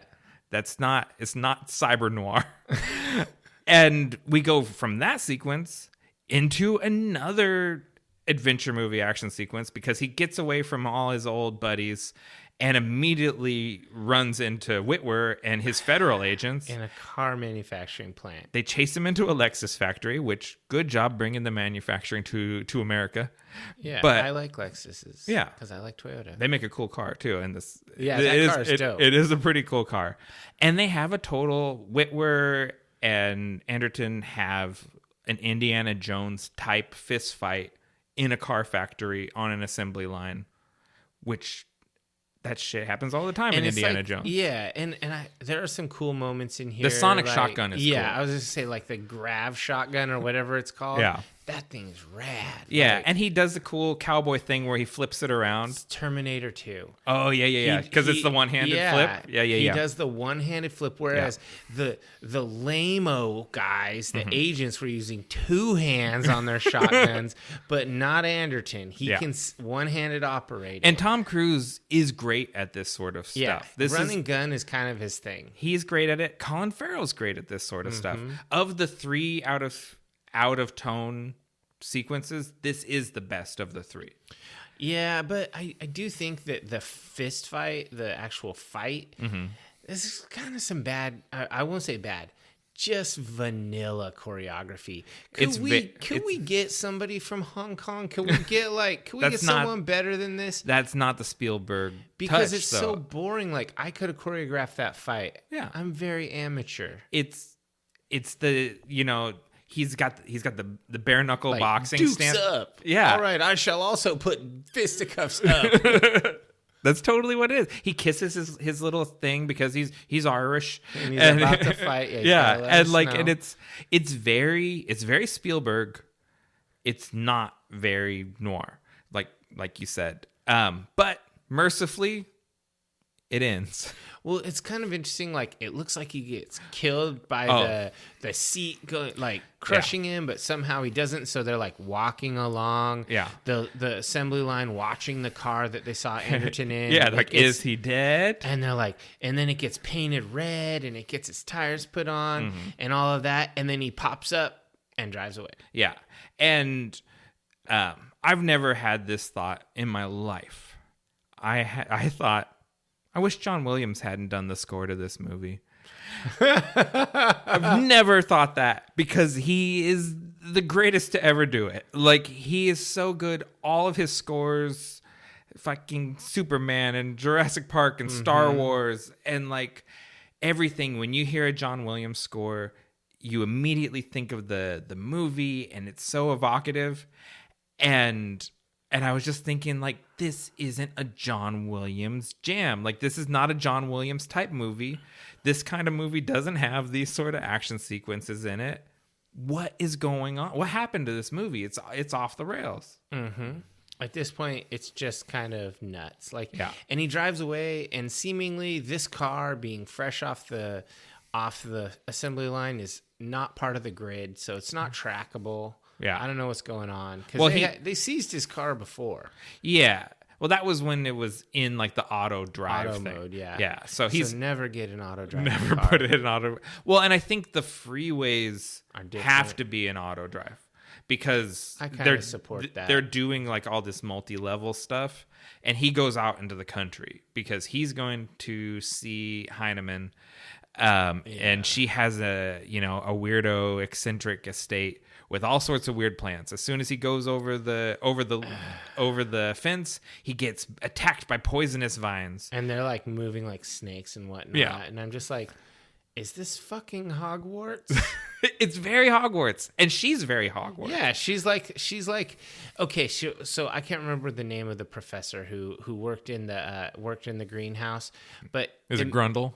I don't know, but that seems Hogwartsy. Imagine if that professor was sour as shit and annoying. Yeah, I could tell Heinemann would be someone that Dave doesn't like. She's just like super like obnoxious and a bit holier than thou.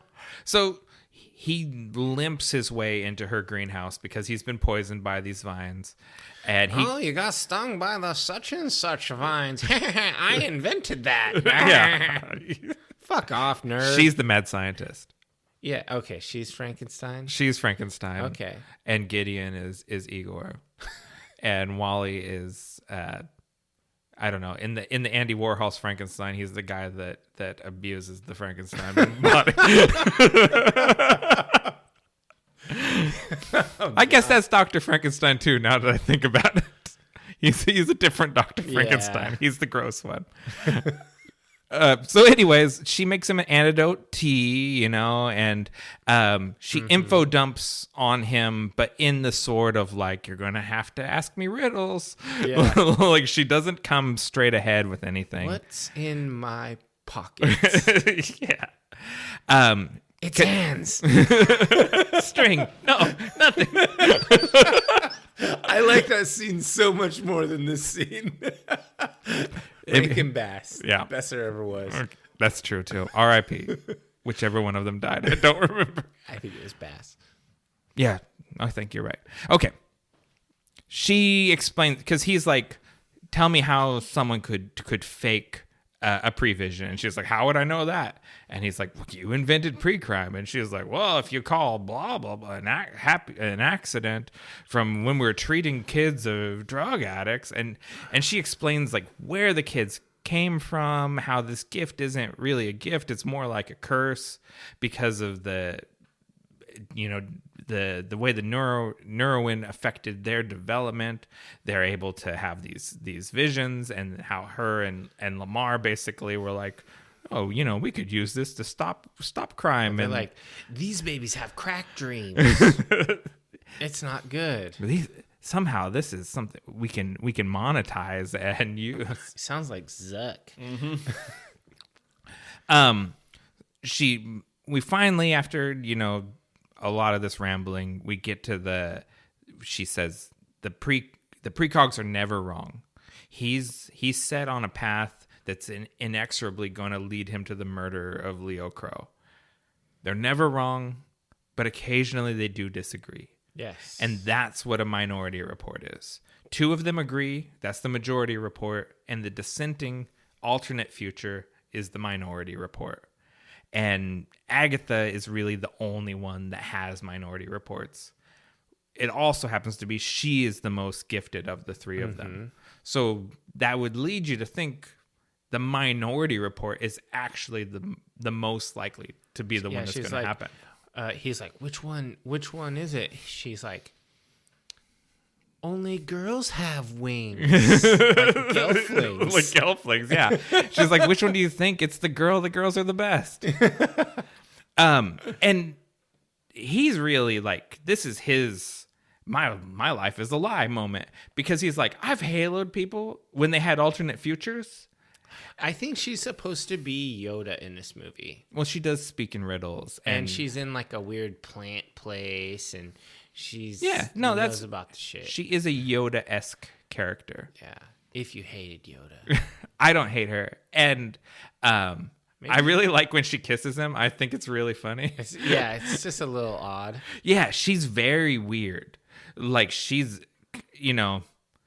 created this horrible thing and has gone off to live in seclusion. And if I lived in that sort of weird cybertech future world, I'd live in a little, like a place out in the woods. I already kind of do. Yeah. You're like, I don't want people scanning my eyes all the time. And if I murder someone, I don't want to be close to those kids. Yeah, I want to bury it in my property. I have a forest for a reason. Oh, I bet she feeds it to carnivorous plants. Oh, yeah. She's got he gets bit by like snaky plants. Like she has all sorts of she disposes of bodies regularly. I want that plant. So basically, he needs to go to the Department of Precrime, get in there, and download the minority report from Agatha. Yeah, that's the thing that she throws out there. He's like, well, where can I get these minority reports? And she's like, well, yeah, they delete them, blah, blah, blah, but there's a backup. Oh, where's the backup? Oh, on the kid themselves. They save them in their own brains. I know. It's not so much a backup as just their memory. Yeah. And when she was describing it, I was like, you mean they remember? I know, which is another fucked up thing. If you think of when Jad told Wally, it's like, delete that. He just means the file. The kid has still got the trauma. Yeah. Like, it's like, he's like, delete that because we don't need to look at it anymore. Yeah, that's gross. Dark. So he needs to come up with a way to get past all the scanners. Mm-hmm. We get a short little quick. We go back to Precrime. Whitwer, he's flexing his power. Yeah. There is no movement of the plot except for we now learn Whitwer is really in charge. Yeah, he's doing the conducting thing. He's got the gloves on. Oh yeah, and he's going through the evidence. And they start making assumptions. They think Anderton, he'd be laying low in the sprawl. That's what they call the slums, because there's fewer scanners there, because there's fewer consumers, so no one bothers advertising to them. They're like, these people are poor, so we don't push Lexuses on them. And Officer Knott, played by Patrick Kilpatrick, he's got it out for Anderton now. He really wants to because he got shamed in the jetpack fight. He got used and abused. He's taken it personally, and while Whitwer is sitting down at Anderton's desk, was that guy in Full Metal Jacket? Like, he's in a lot. He's in a lot of. He's in a lot of stuff. His IMDb is too long to look at. While Whitwer's sitting there at the desk, he finds one of the data cards. And he sees a picture of Anderton's wife or ex-wife. And he's like, where's she? Because he might go there.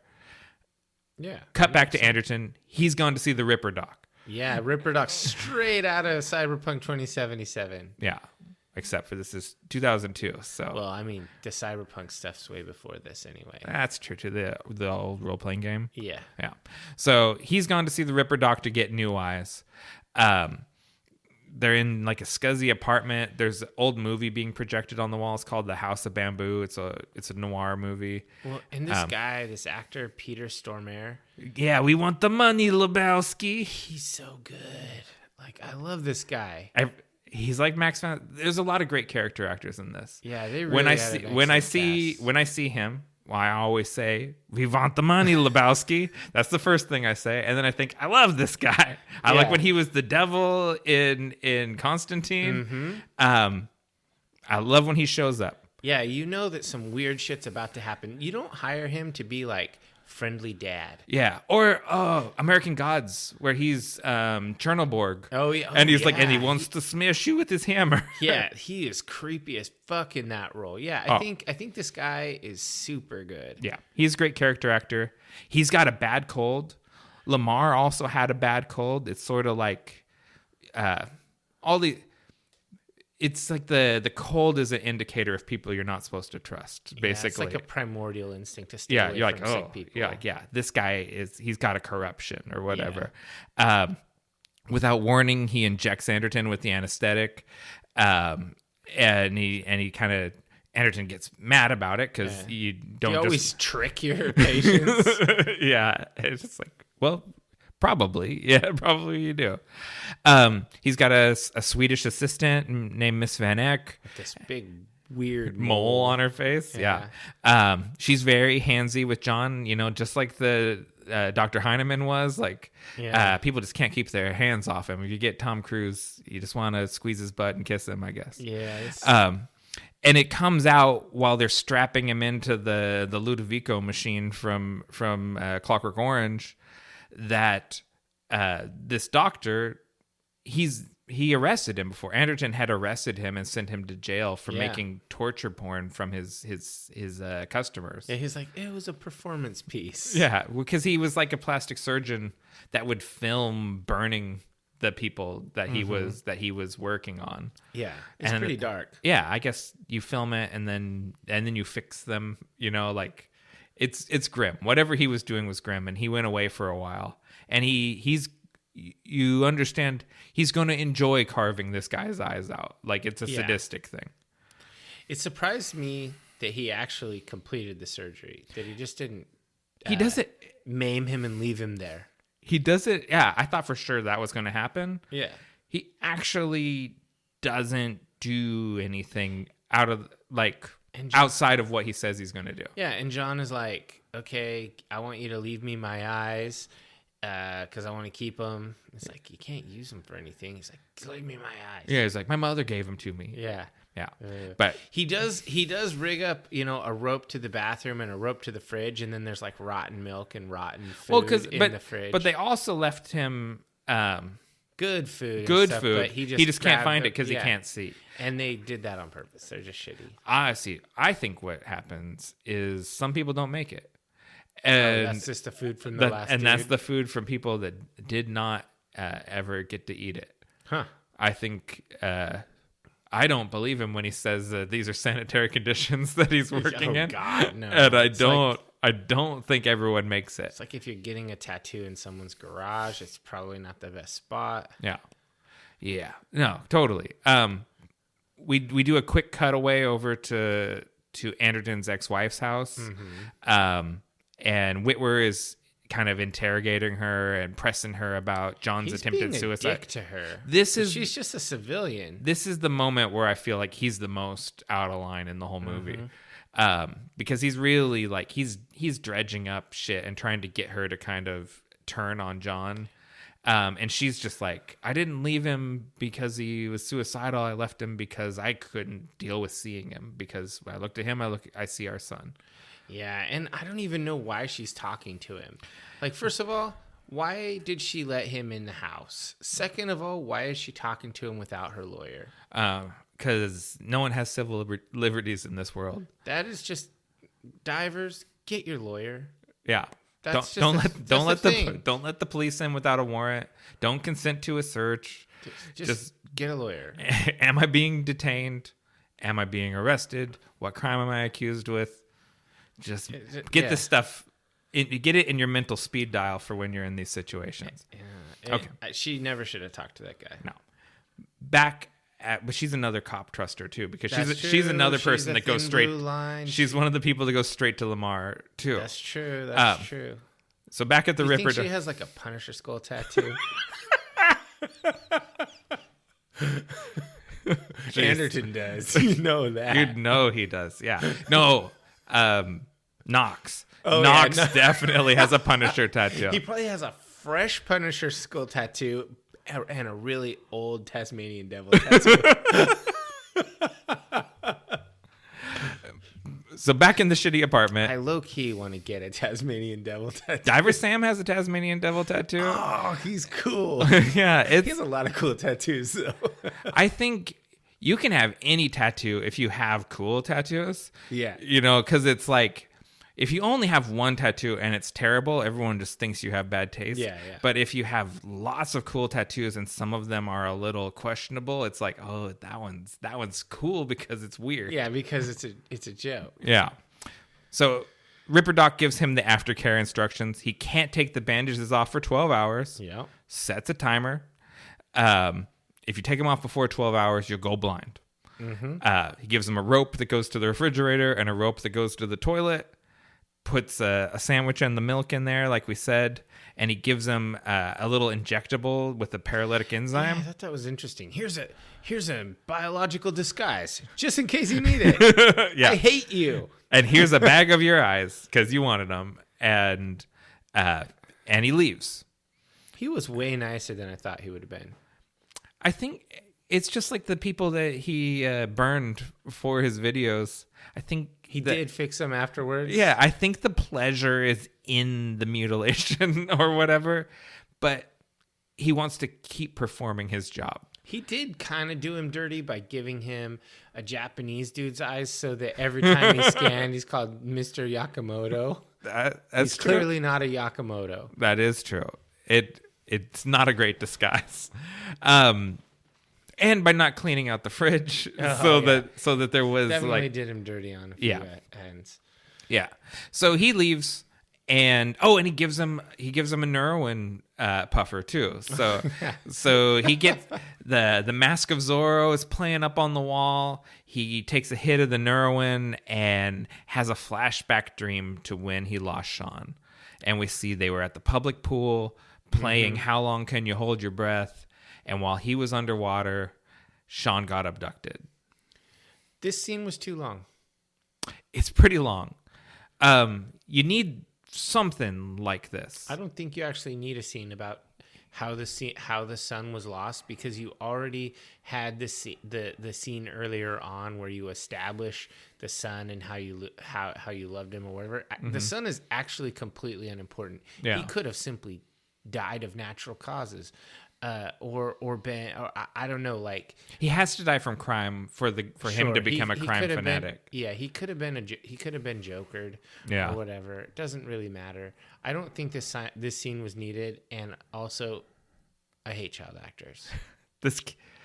He was bad, dude.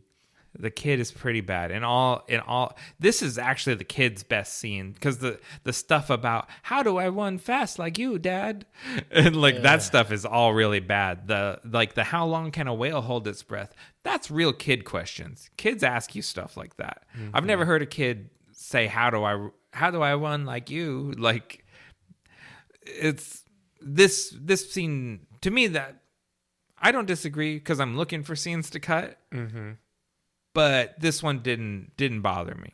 Okay. Anyways, Anderton wakes up screaming Sean. There's still there's still several hours left on the timer, and He's like, man, my kid I just relived my kid's disappearance in a drug haze. I better go get a drink of milk. He goes over to the fridge and drinks rotten milk. He's like, gross, guys. This, and we didn't mention I it. was just like, what the fuck am I watching right now? This at least tonally fits the movie. This is not even. There's another vomit scene earlier in the movie that we brushed over in the jetpack fight where he hits the guy with the taser in the throat and he throws up on the other guy. So this is the second projectile vomiting in this movie. Yeah. So yeah, and he drinks the water out of the eyeball cooler. He takes a bite of a maggot-filled sandwich, then washes it down with green milk. Ugh. He throws up everywhere, drinks more eyeball cooler water. And he lays down, and then Cops this ominously is a Fox flick. Yeah, Cops ominously plays on the TV. They have not changed that show at all. I think they still haven't, right? No, I think that's an iconic theme song. It's just like, let's watch people get abused by the police, law enforcement, and they show his face because he's America's Most Wanted right now. Yeah. Not to cross two different shows. And as that's foreshadowing because the pre-crime cops are just checking all of the buildings in the sprawl, and they go into this building.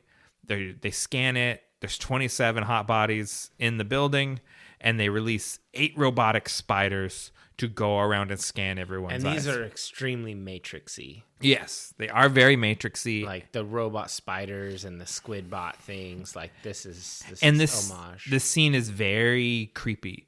Yeah. Like this is the sort of stuff I think Spielberg's really good at. And to me, it's one of the most disturbing scenes because of the way, like, as the spiders go around and scan everyone's eyes to identify them, like, you see scenes with, like, mothers, like, comforting their kids while their kids are getting scanned.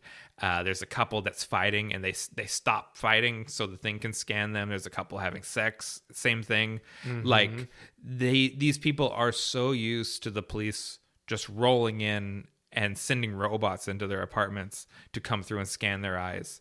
And, a few people protest and like shame them or whatever, but no one resists because there's no point in it.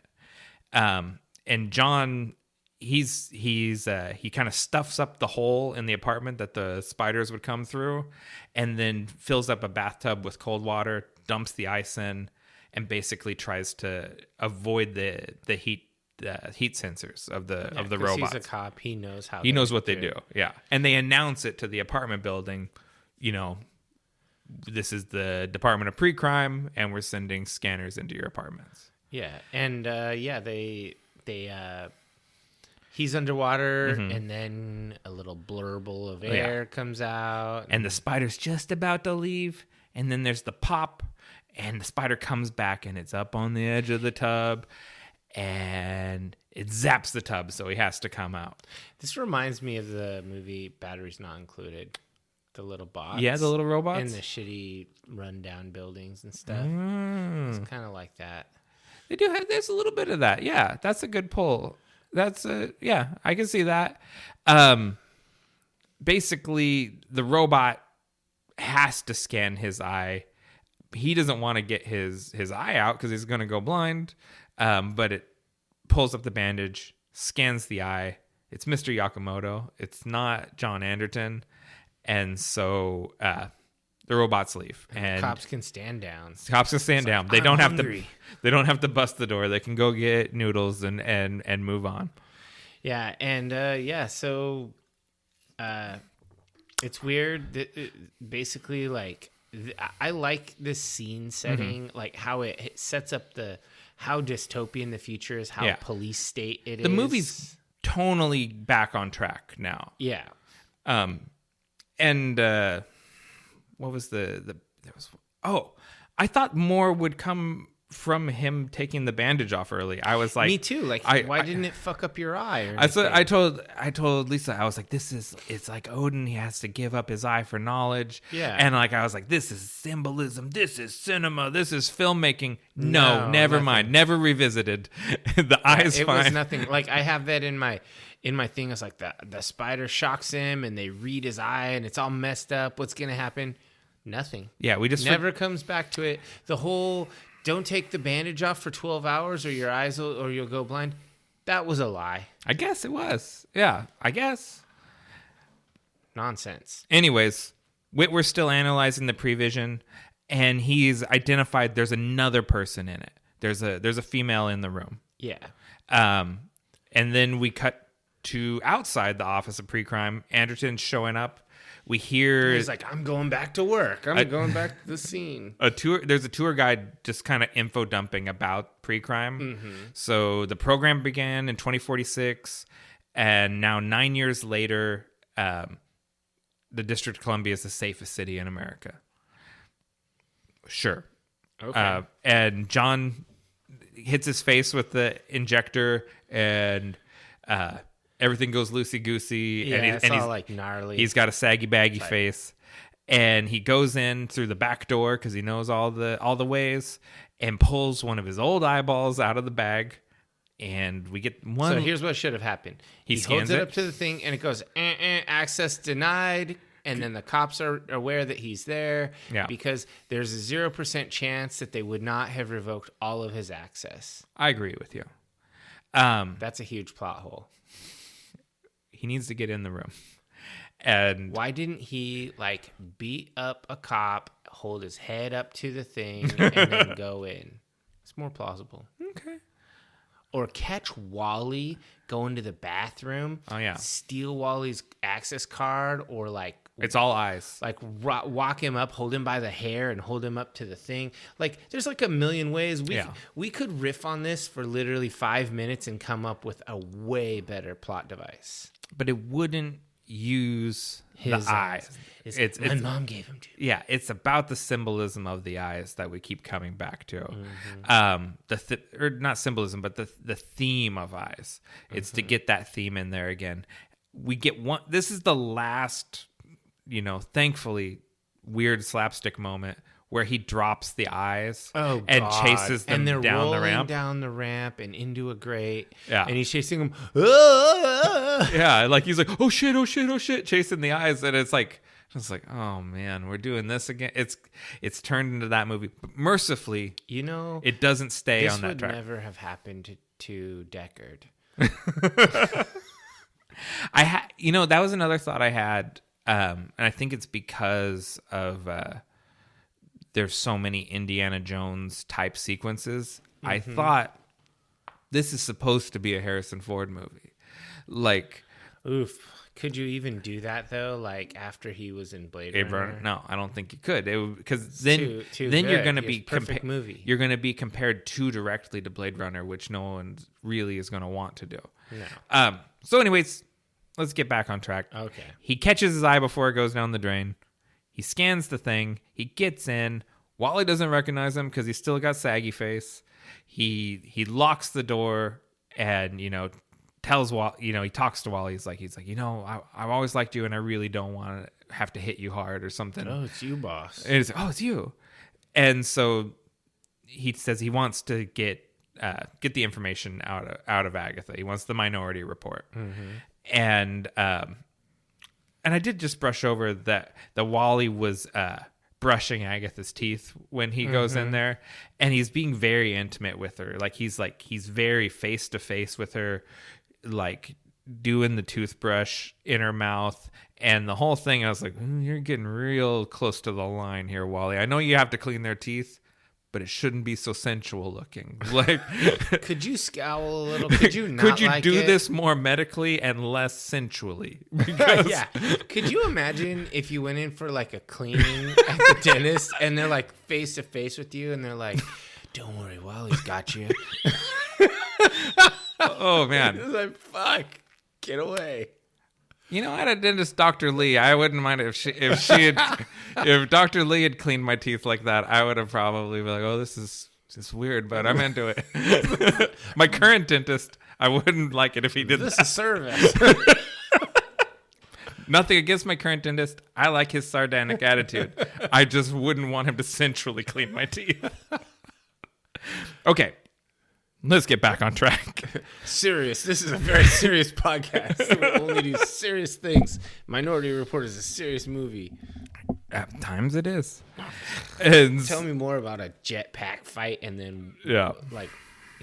And so he, at the same time, Whitwer figures out that Agatha is the female in the report. In the report, yeah. And so he's like, he's going to come here and abduct her.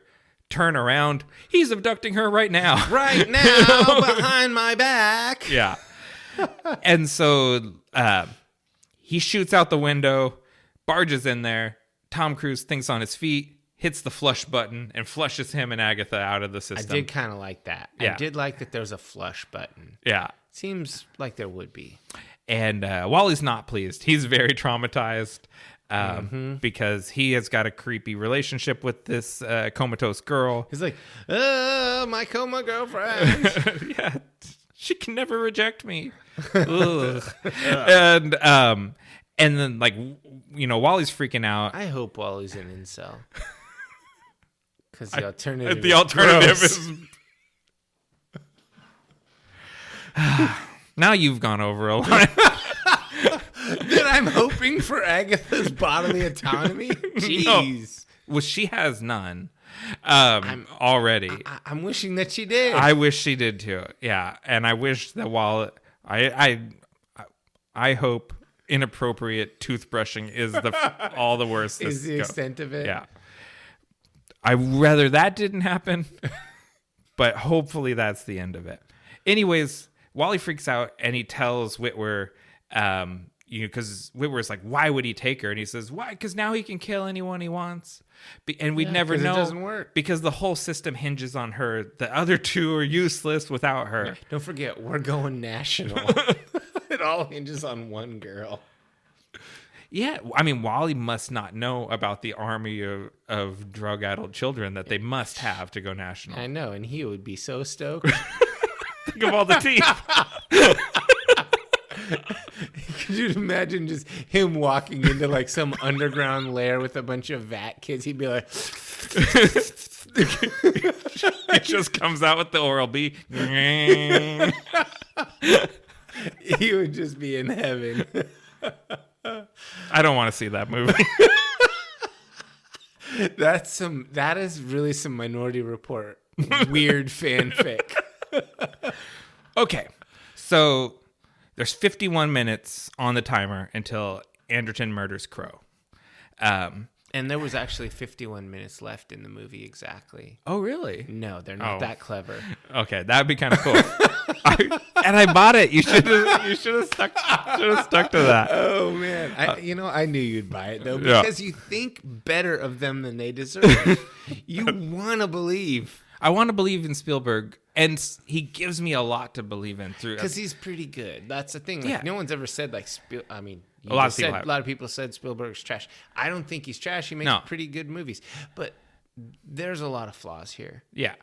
When this movie hits, it's hitting great, and I really like it.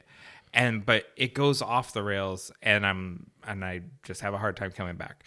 But this is, to me now, we're in the good part of the movie. We're in the climax of the movie. Yeah, it's a long climax though.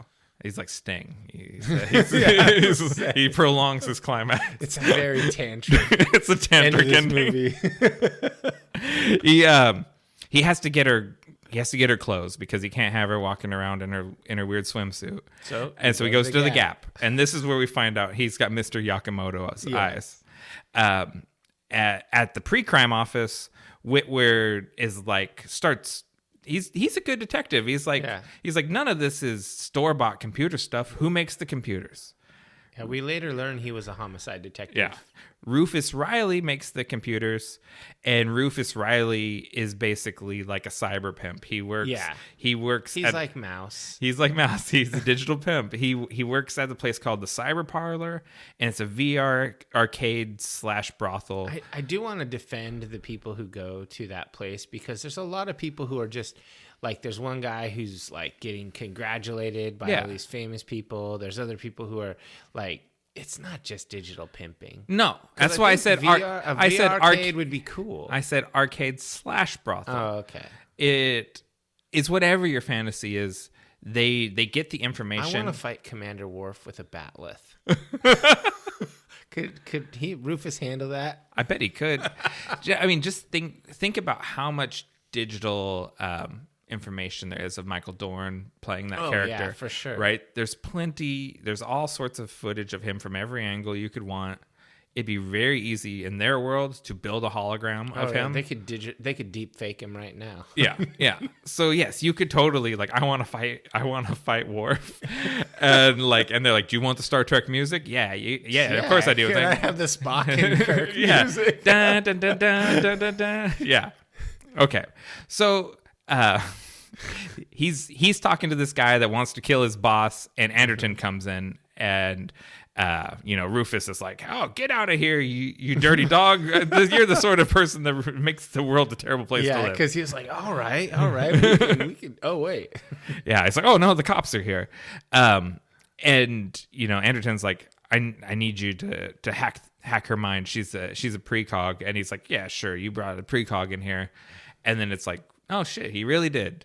And he like kind of worships her. Sort of like, yeah, he's kind of groveling, and he's like apologizing for things that he's worried about she would have seen, and like just a bunch of stuff. And this guy's a real comic relief, but she's kind of freaking out. She's having a tough time. Like, she had asked him earlier, like, is it now? And because she's been in this like drug induced semi-conscious state for so long. Being in the moment in reality is very hard for her to adjust to. Yeah. And so the getter, he strong arms Rufus into doing it. He doesn't want to, but he strong arms him into hacking her mind so they can pull out the Minority Report. And when he sees her prevision of the murder of Leo Crow, it isn't any different. It's the same one he's already seen. Yeah, there is no Minority Report. Yeah.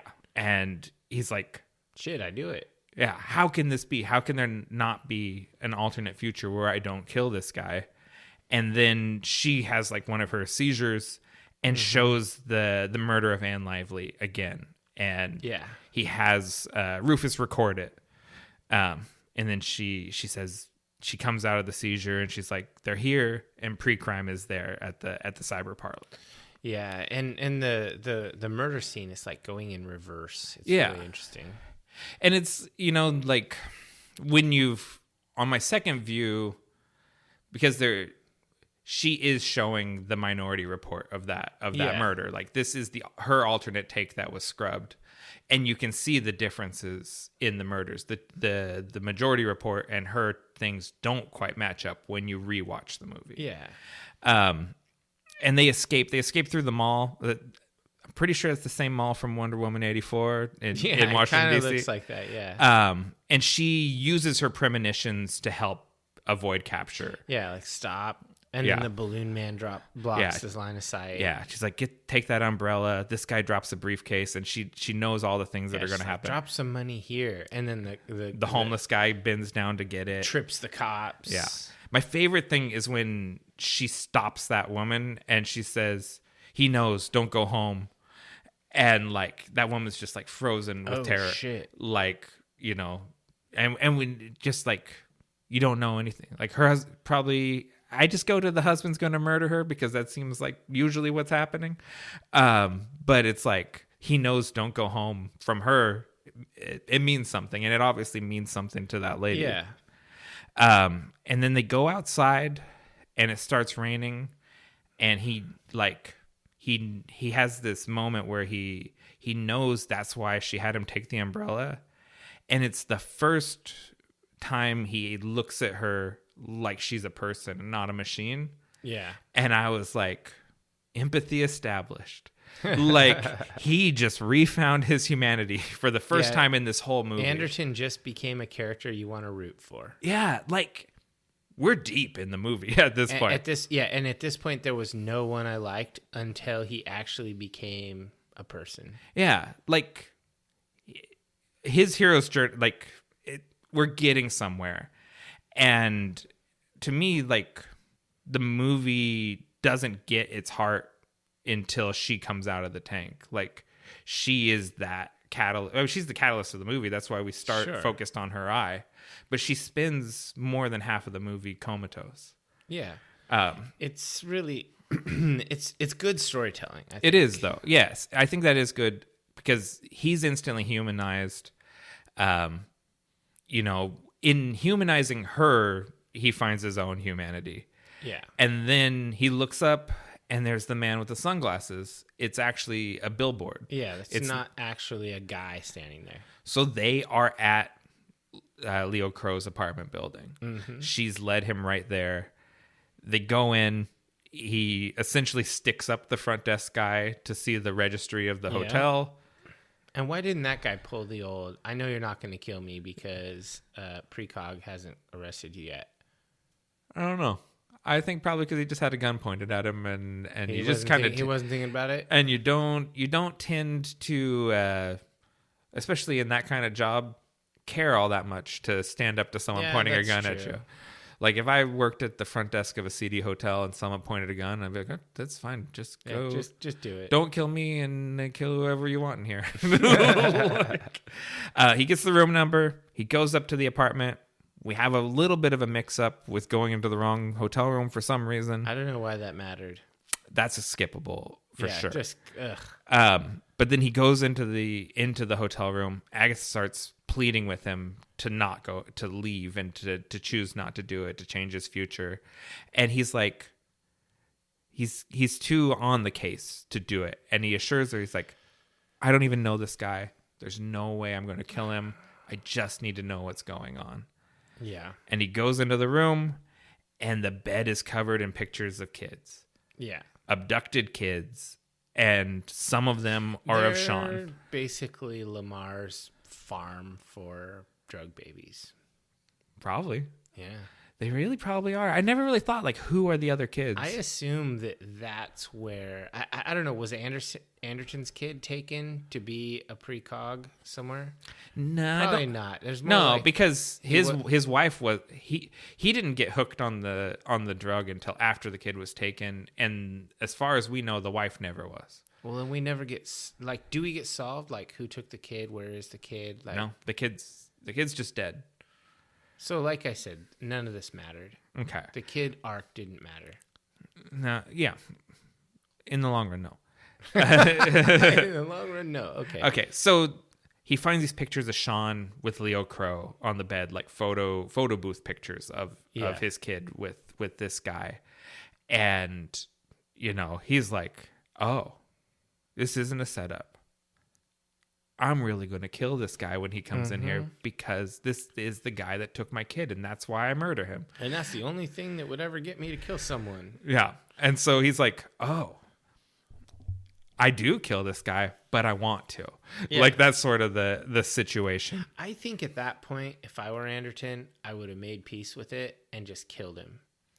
Well, that is kind of what he thinks he's going to do, but right? He lets the timer count down. Well, Crow comes in and he wants to beat it out of him first, right? Like he wants to get some of this violence out of his system before he just shoots the guy. And he wants to know if his son's alive. Yeah. Like, he has questions and stuff. And this scene is really raw. Agatha is like, she's freaking out because her prevision and reality are coming together. They're happening. Yeah, so she's super traumatized and she's screaming, and Tom Cruise goes bonkers. Like, he makes this crazy sound. Yeah, like full on jumping on Oprah's couch. Yeah, like, I was like, that's the most unhinged I've ever seen this guy, and this guy gets crazy. I was like, he was trying to get clear, Nick. Yeah. there is no way he didn't actually hit that guy in that sequence. Like, you think they just had a stunt guy in there? Like, oh yeah, about to and get beat up by a really short dude. Tom Cruise is just gonna wail on you. Is that cool? He's like, as long as the check clears. And so the timer's going down. Crow tells him this thing about how he killed Sean and put his body in a barrel and dropped him in the canal. And we get to the end of the timer, and Agatha's pleading with him. And once the timer goes off, he tearfully reads Crow his Miranda rights. And I thought, and I was like, he chose to do the right thing and get justice. He finally made a face turn. Yeah, and I was like, and I thought, this is the climax of the movie, and it's emotionally really effective.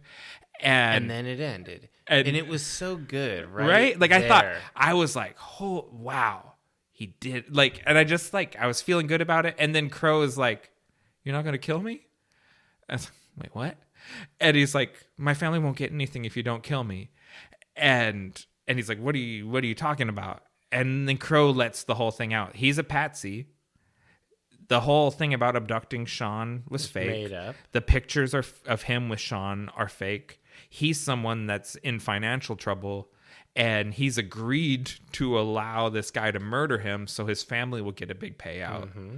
And before Anderton can get it out of him, who hired you, he's like, well, if I tell you, my family won't get anything. He grabs the gun and shoots himself. Which is weird. I don't think there's any forensics in the world that would be like, well, I guess Anderton killed him. That just wouldn't happen. No. Well, and to be fair, when the detectives get there, Whitwer doesn't think Anderton killed him. Yeah. Because Anderton just leaves the gun and they leave. Yeah, he's like, he wouldn't kill him with his own weapon and leave it here. Yeah. And Whitwer, because Fletch is like, well, look at all this evidence. He must have did it. And Whitwer's like, what kind of cop were you before you became Precrime? And he's like, oh, financial yada yada. He's like, I invested the banks and stuff like that. And he's like, I was a homicide detective. And this is an orgy of evidence. This is an orgy of evidence. You know how many orgies we found while I was working homicide? 0. Yeah. This is all a setup. And so, what do you do when you find a setup? You call Lamar, because he's the grandpa everyone trusts. and so he calls Lamar. Fucking hate Lamar. And is like, I gotta tell you all the stuff that I've uncovered. Why don't you meet me at Anderton's apartment, and I'll give you all of the evidence I've been gathering. Why did they meet at Anderson's apartment and not the office? I think they went to Anderton's. He wanted to go there so he could show him holograms. No, I don't think so. I just think it was bad call. Was there anything there that there was? They both already had established they know he's a junkie. Yeah, so it can't be about the drugs. No reason to do the holograms. That's not relevant to anything. Okay, I don't know why they went to Anderton's apartment, other than it was a convenient location for Lamar to frame Anderton for killing him. For sure. Yeah, because Whitwer lays the whole thing out for Lamar about how it went down, and the discrepancy in the Lively murder, and how someone could hire someone to kill somebody, let Precrime stop it, and then kill someone the way the other person was going to kill them. And it would be an echo. And it would seem to be an echo. And, the tech would delete it. The tech would delete it. And it would have to be someone high up at Precrime. And Lamar's like, well, you know what? I don't hear anyone banging down the door. And you know why they're not? Because Agatha's not in the pool. And that means I can kill you and no one will know. Boom. And shoots him. And Danny's like, I never thought of you as a suspect. and he shoots him with Anderton's gun, shoots him twice, and then he leaves. And Anderton takes Agatha to his ex-wife's cottage, and she calls Lamar. She's like, John's here, and he's got the precog. Yeah, God damn. She was like, hold on. She checks her Punisher tattoo, and she then calls the top cop. Everyone trusts Grandpa. Like, he's really good at playing people. And so they get there. He's really shook up by this whole thing. Like, he knows it's all set up, but he doesn't know who's setting him up. Yeah. And he finally kind of gets that this was never about him and Leo Crow. This was always about solving Anne Lively's murder. That's why Agatha got him. And he goes up to Agatha's up in Sean's room, and it's really sad. She gives the Minority Report for Sean's life that didn't happen. Oh yeah, yeah. And like, I was like, God damn, this is tough. And Tom Cruise like breaks down and he cries and he's like, I just want him back. And Agatha says, that's all she wanted too, is she wanted her little girl back. And he's like, did she die? And he says, no, she didn't die, but she's not alive. And it's like, oh shit, Agatha's, you're the girl. You're the little girl. You want us to solve your mother's murder. And we finally got it. But then it's too late. The cops are there. Because Precrime's there. Yeah, because she's like, I'm sorry, John, you have to run again. And she yells run, and it's very creepy. And then everyone comes in, and they halo John, and they arrest him for the murder of Leo Crow and Danny Whitwer. And right before he goes comatose in the halo, he's like, oh, I didn't kill that guy. Yeah, and then they put Agatha back into the precog system. They're like, get back in here, you little rascal. Like when your cat gets out.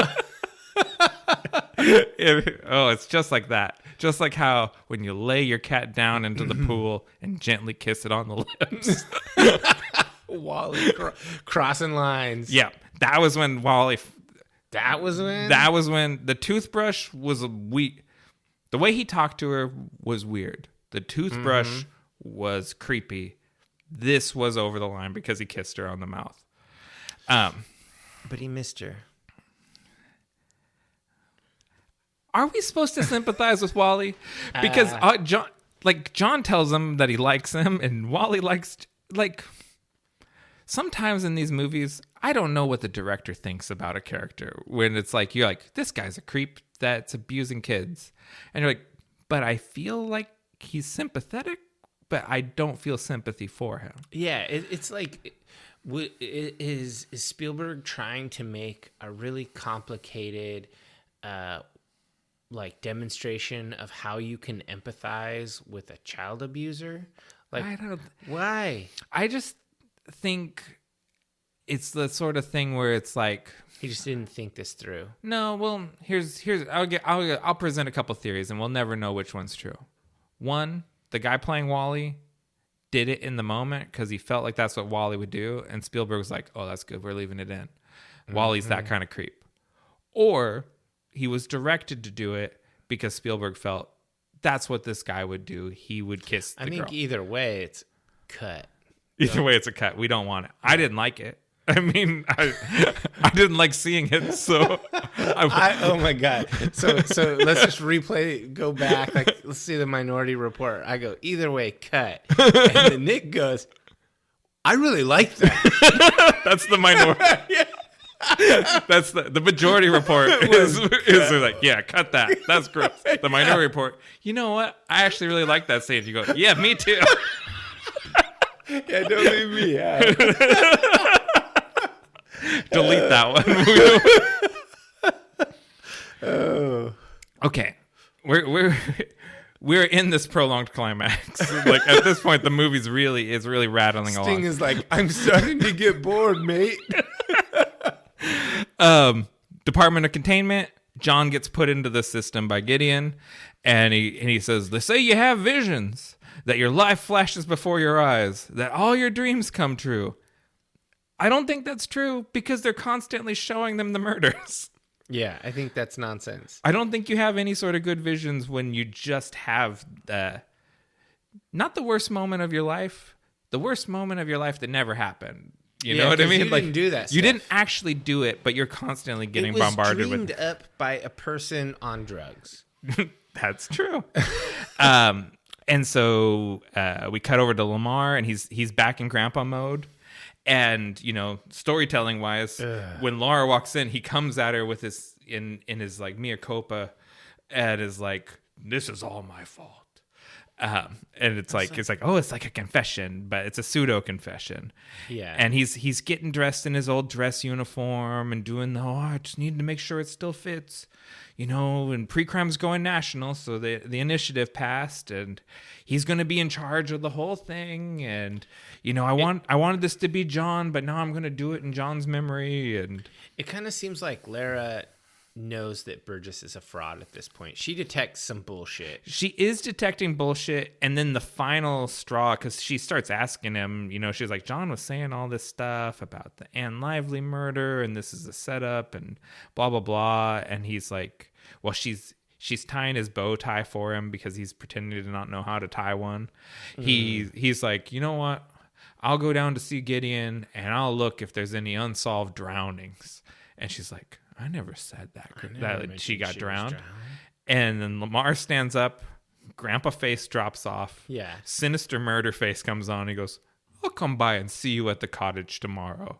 And it's like, he just basically said, you live outside the range of these kids, and I'm going to come murder you. So see you tomorrow. So Laura goes into the box of John's stuff, gets his gun, and does a jailbreak. And she's like, oh, shit. John's eyes. I can use these to do anything. Fuck yeah. These are the skeleton key for every system because they never deleted him. Yeah. And so... What a weird plot device that was. And eyes in a bag? But it works twice now, and it never should have worked at all. You know, I think they just didn't bother deleting him because first of all, he'd be crazy to come back while he was still out. So they didn't delete him then because they just assume he's not coming. And they didn't delete him now that he's in the system because he's trapped in an inhumane prison for the rest of eternity. It's not even that they get deleted. It's just that, like, at any tech job or any job at all, as soon as you're not employed or whatever, all of your shit just gets frozen. Right. Like, you can't access your old email account even. Right. Let alone security to get through. I don't know, whatever. I'm not gonna. It's just a plot hole. Yeah, and we're almost there. Sting, hold on, Sting, just a little bit longer, buddy. And so Lamar's having a press conference. He's going to be the head of National Precrime. They've given him this Civil War gun that was given to Civil War generals after the war with little gold bullets in it. It's very cute. He's very touched by the whole thing. And then he gets the phone call. The assistant brings him the Bluetooth, and it's John Anderton's voice. And he starts explaining everything. He knows all the stuff. He mansplains the whole thing. He mansplains the whole thing to him. And for the ladies out there, that's when a man explains things to you. And Lara calls Jad and tells him basically, John needs your help. Broadcast the murder of Anne Lively into this press conference. And Jad is like, okay, because that's my line. I always say okay. I do whatever I'm asked. By anyone, even a civilian. I'm good, reliable Jad. And he starts playing the murder of Anne Lively in front of the press conference crowd who, clutch their pearls exquisitely. They're like, everyone's like, oh my God. Like they're and then when they see that it's Burgess, they're like, what? Yeah, that's when everyone freaks. The man we're here to honor. And so just then, Lamar decides to murder John. And triggers a red ball to drop down. And he goes stalking after him with this little antique pistol. And they're kind of they don't see each other. Like they're in the back kitchen of this place, and he mentions, his son Sean and how he used him to get him to do whatever he wanted. And he's like, "Don't ever say his name." And they have they have their confrontation, and Lamar has a real Sophie's choice to make, because he can either kill John and get haloed and put into the containment system, or prove that Precrime was great. Yeah, that Precrime worked, but he's not in charge of it. Yes. Or he cannot kill John, but that proves that the system is fallible, and it's going to get shut down. Yeah.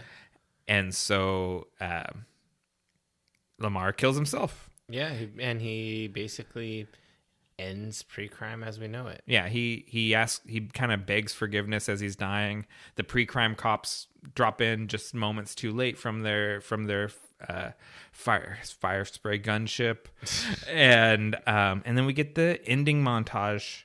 We see the Precrime experiment was abandoned in 2054. All the prisoners were unconditionally pardoned and released, although the police department keeps track of a lot of them for years. They definitely didn't get reparations or anything. No, I don't. There's no discussion of compensation. Nothing. Just unconditional pardons. John and Lara got back together. And she's pregnant again. And the precogs, they got to go live out their life in a peaceful cabin far away from any murders, so they won't have disturbing visions. Yeah, it was really interesting as it panned out. The cabin is on, it looks like an island, and the landscape made me think like Alaska, I thought Alaska, Panhandle or anything. I thought Alaska too. Did you notice that in the water of the bay, it kind of it looked like a big eye? Oh no, I missed that. No, it wasn't there. God damn it, Dave! That should have happened. God damn it, Dave! Stop telling me things you discovered in the movie that weren't there. Damn. See, that would have been cool, wouldn't it? That would have been kind of cool. You had me, because I thought it looked like Alaska. I wonder where Dave thought it looked like. And then you said that you thought it looked like Alaska, and I was like, all right, we're in sync. And then you said the eye thing, and I was like, oh man, how did I miss that? How did I miss the eye thing? You hooked me with Alaska, and then gave me the eye. That would have been too cool. All right, what worked for you? Shit. Okay, so I actually thought the story was good. Yeah. I like the story in general. I often rail in a lot of my reviews, or whatever these are. Deep dives. Where I say that the story is simplistic and linear and blah, blah, blah. This is a counterexample of that. It's not extremely linear. There are some twists. There are some things like where you're guessing, and there's dead ends too. There's some threads there that never get pulled. Like we never really know what happened to Sean. He definitely died, but how and where and who and why, and like what about the rest of the precog kids who like, if they were going to go national. So there's a lot out there. This was an interesting story that I thought was, it left me wanting more. Like I wanted to know like what else. There is a TV show. I never watched it. Probably never will. Yeah. So I just think that was the strength. I think the story was the strength. What about you? What worked for you? So I think the themes of the movie are really strong, and they really resonate because we are like surveilled, and we're scanned, and we get the intrusive targeted ads. So I think the world of 2022 looks a lot like the future that's portrayed in this movie in 2002. I think he took Philip K. Dick's short story, which is just kind of like interesting sci-fi detective story whodunit thing, and made it into a grand philosophical question for the 21st century. And I think that's really cool, and that's why this movie has stuck around, is because it asks important questions. Yeah, it makes you think. Yeah. I think Samantha Morton, that played Agatha, gives an incredible performance. Like, I really think she's great, and half of the movie she's unconscious. Like, so so it's like once she gets out of the tank and she acts her ass off, like she's awesome. And I think Spielberg's film craft is really good. Like, he's just really good at composing scenes and putting the themes into them and shooting a movie. He movies all over the place, is what I said. Jeez, but come on. When the movie's in its groove, it's really good. So 60% of the time, it works every time. That's a generous number. What didn't work for you? First of all, it was long. It's very long. It was too long. There were a lot of scenes I would have cut. Like, I missed my calling as an editor. Cut this. You don't need this. Tighten this up. This is garbage. This leads nowhere. No one cares about that. Doesn't matter. You already established this, and they just needed that. Like, someone. But no one does that to a Spielberg. Someone needs to tell Spielberg to tighten his shit up. Yeah. And then go to Peter Jackson's house afterwards. My God. Oh man, just go there with a hatchet. Yeah. So like, I think that it was just too long and too sprawly and too rambly. A lot of shots, like, it almost seemed like gratuitous that they just kept lingering and lingering. Like, oh, now let's put on the second home movie. Yeah. Ugh. And then I just felt like sometimes this movie felt extremely futuristic, and then sometimes it just didn't feel futuristic at all. Like, it didn't stick the mood. Like, it didn't make me always feel like we're in 2046 or whatever. And I know I always call back to Blade Runner, but I always felt like I was in the future in that movie. Blade Runner never breaks immersion. It's so good. Like, Not that's once. why it's the bar. And in The Matrix, I never think I'm in 2022 in that movie. Yeah. Even in The Matrix, it feels weird and it feels a little plastic. Like, this movie, though, there's just a lot of shit. Like, when they go out to the cabin or whatever, or when they go to the Hogwarts greenhouse or whatever, it's like, that shit's not legitimate. Okay. Just because you parked a futuristic Lexus outside didn't make it the future. But what about the GMO plants that stab you or kiss you or bite you? Yeah. So I just feel like in opposition to what you said, I feel like the storytelling here with regards to the setting and the genre was just, it was shabby. Okay. So what about you? What didn't work? I'm going to retread a lot of what you just said. The bizarre tonal shift to an Indiana Jones-esque adventure movie in the second act totally pulls me out for probably 20 to 30 minutes of the film. There's a big flabby chunk where I'm like, what happened to this movie? This is a different movie. And that was your nickname in high school. What happened to this movie? No, big flabby chunk. Woof. Just kidding. Like, when you said that, I was like, that's not perfect. That was my nickname in college. Anyway, sorry. I interrupted your serious criticism. This is serious business. Not coincidentally, the movie is 20 to 30 minutes too long. Yeah. So it's like the amount of stuff in the movie I don't like and the amount of overrun time of the movie are about the same. So I'm just like, cut that shit out. Like you said, edit this.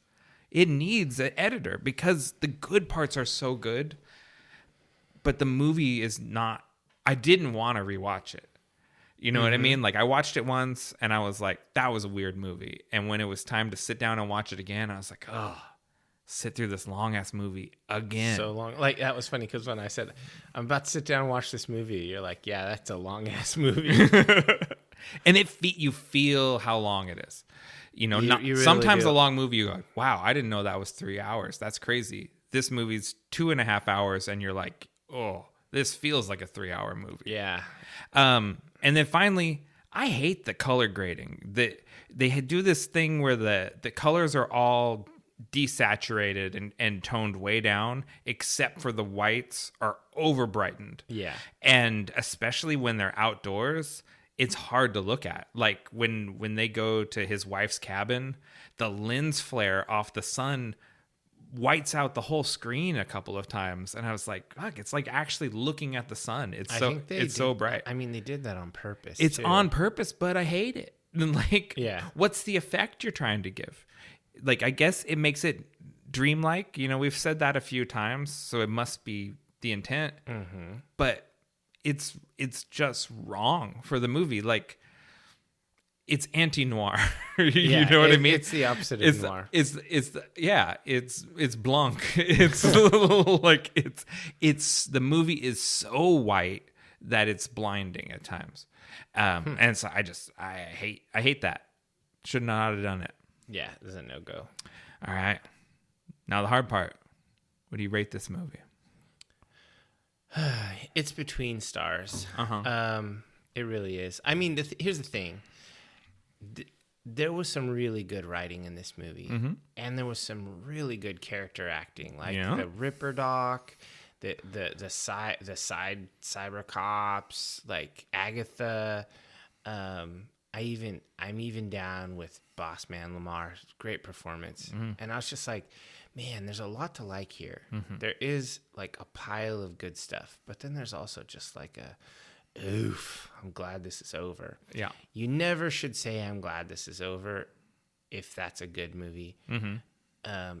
But I'm not going to totally crap on it. I just think this is probably a 3-star movie. Yeah.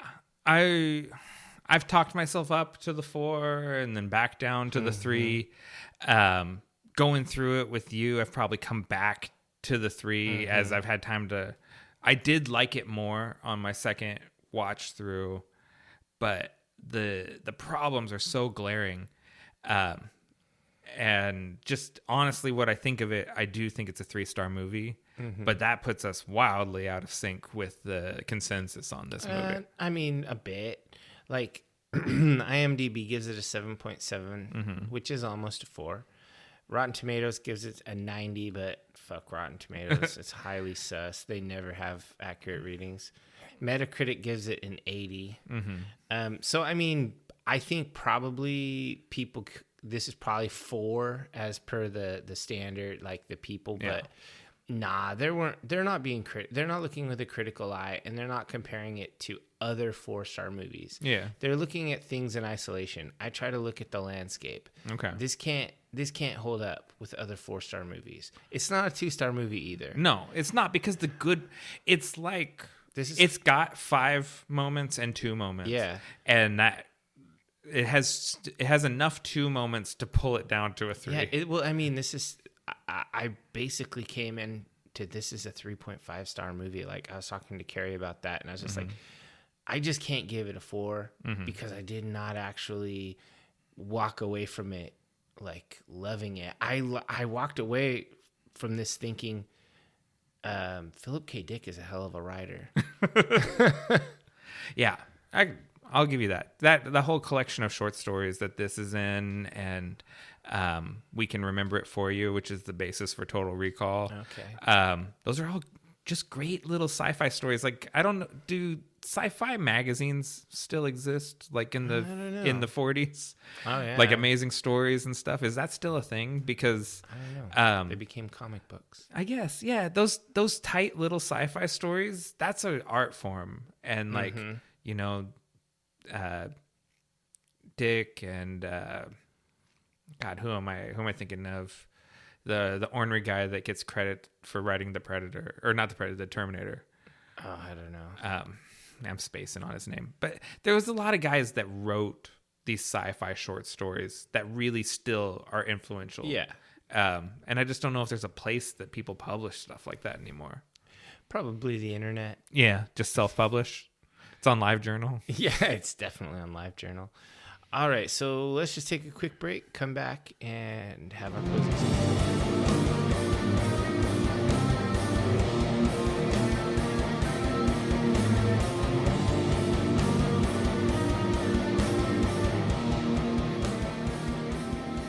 Welcome back, divers. It's time for our final segment, the one where I ask Dave, what are you into right now?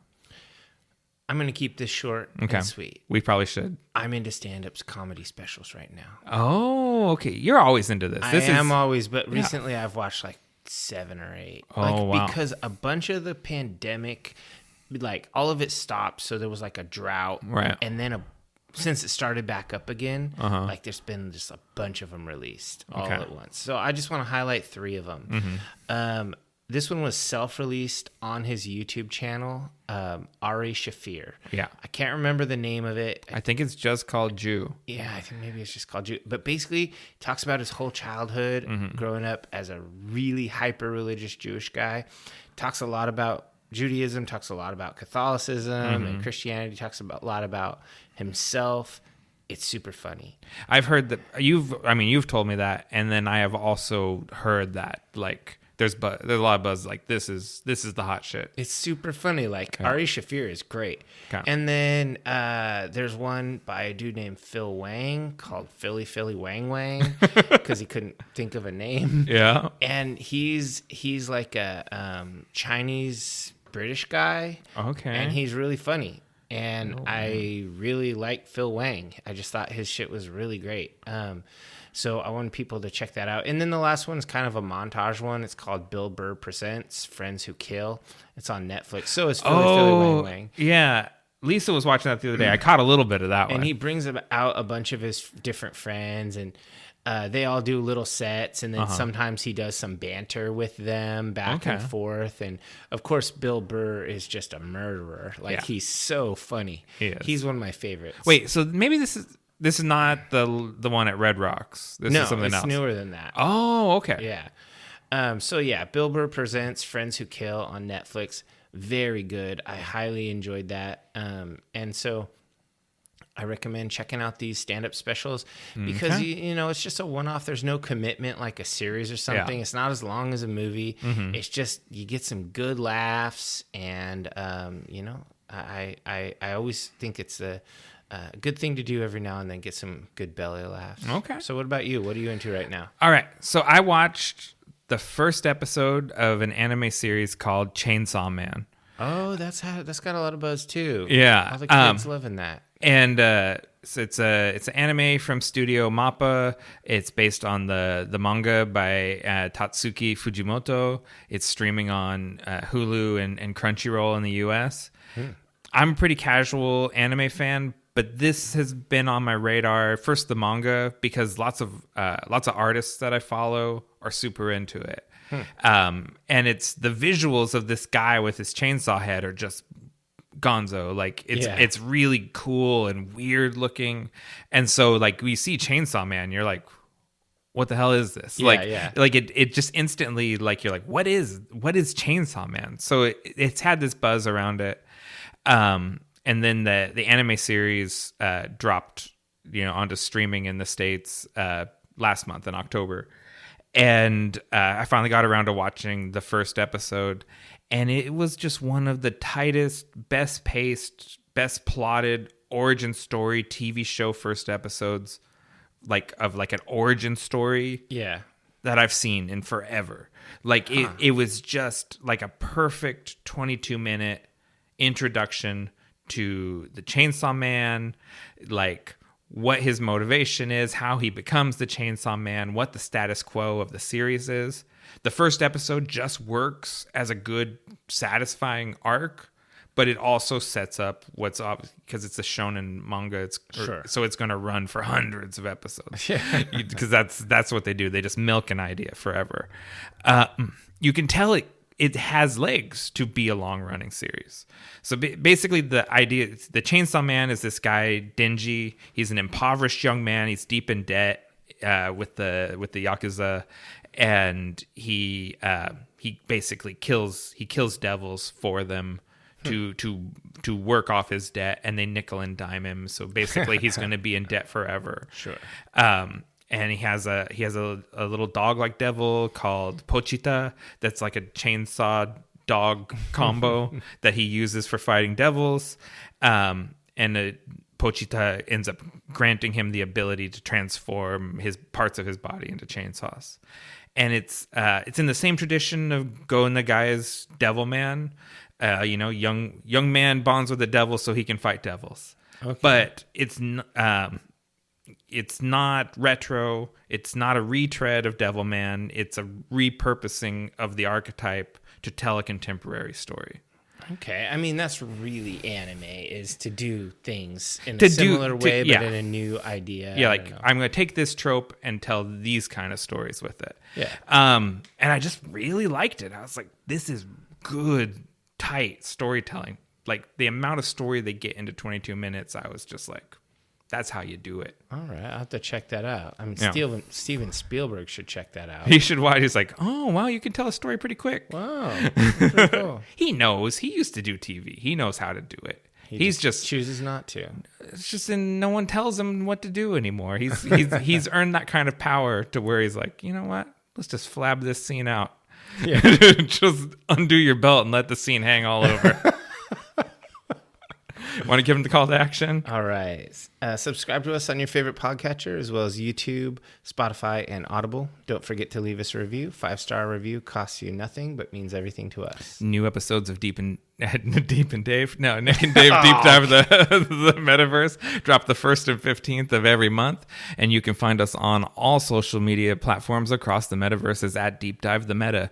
We are on Instagram, which I still like. We're on Twitter, which Dave still likes, and stubbornly just hanging on to Pinterest, even though no one looks at it. We should check out. We should make a Mastodon. Mastodon. Yeah, it's a good name if nothing else. Yeah. Well, I guess this is really goodbye.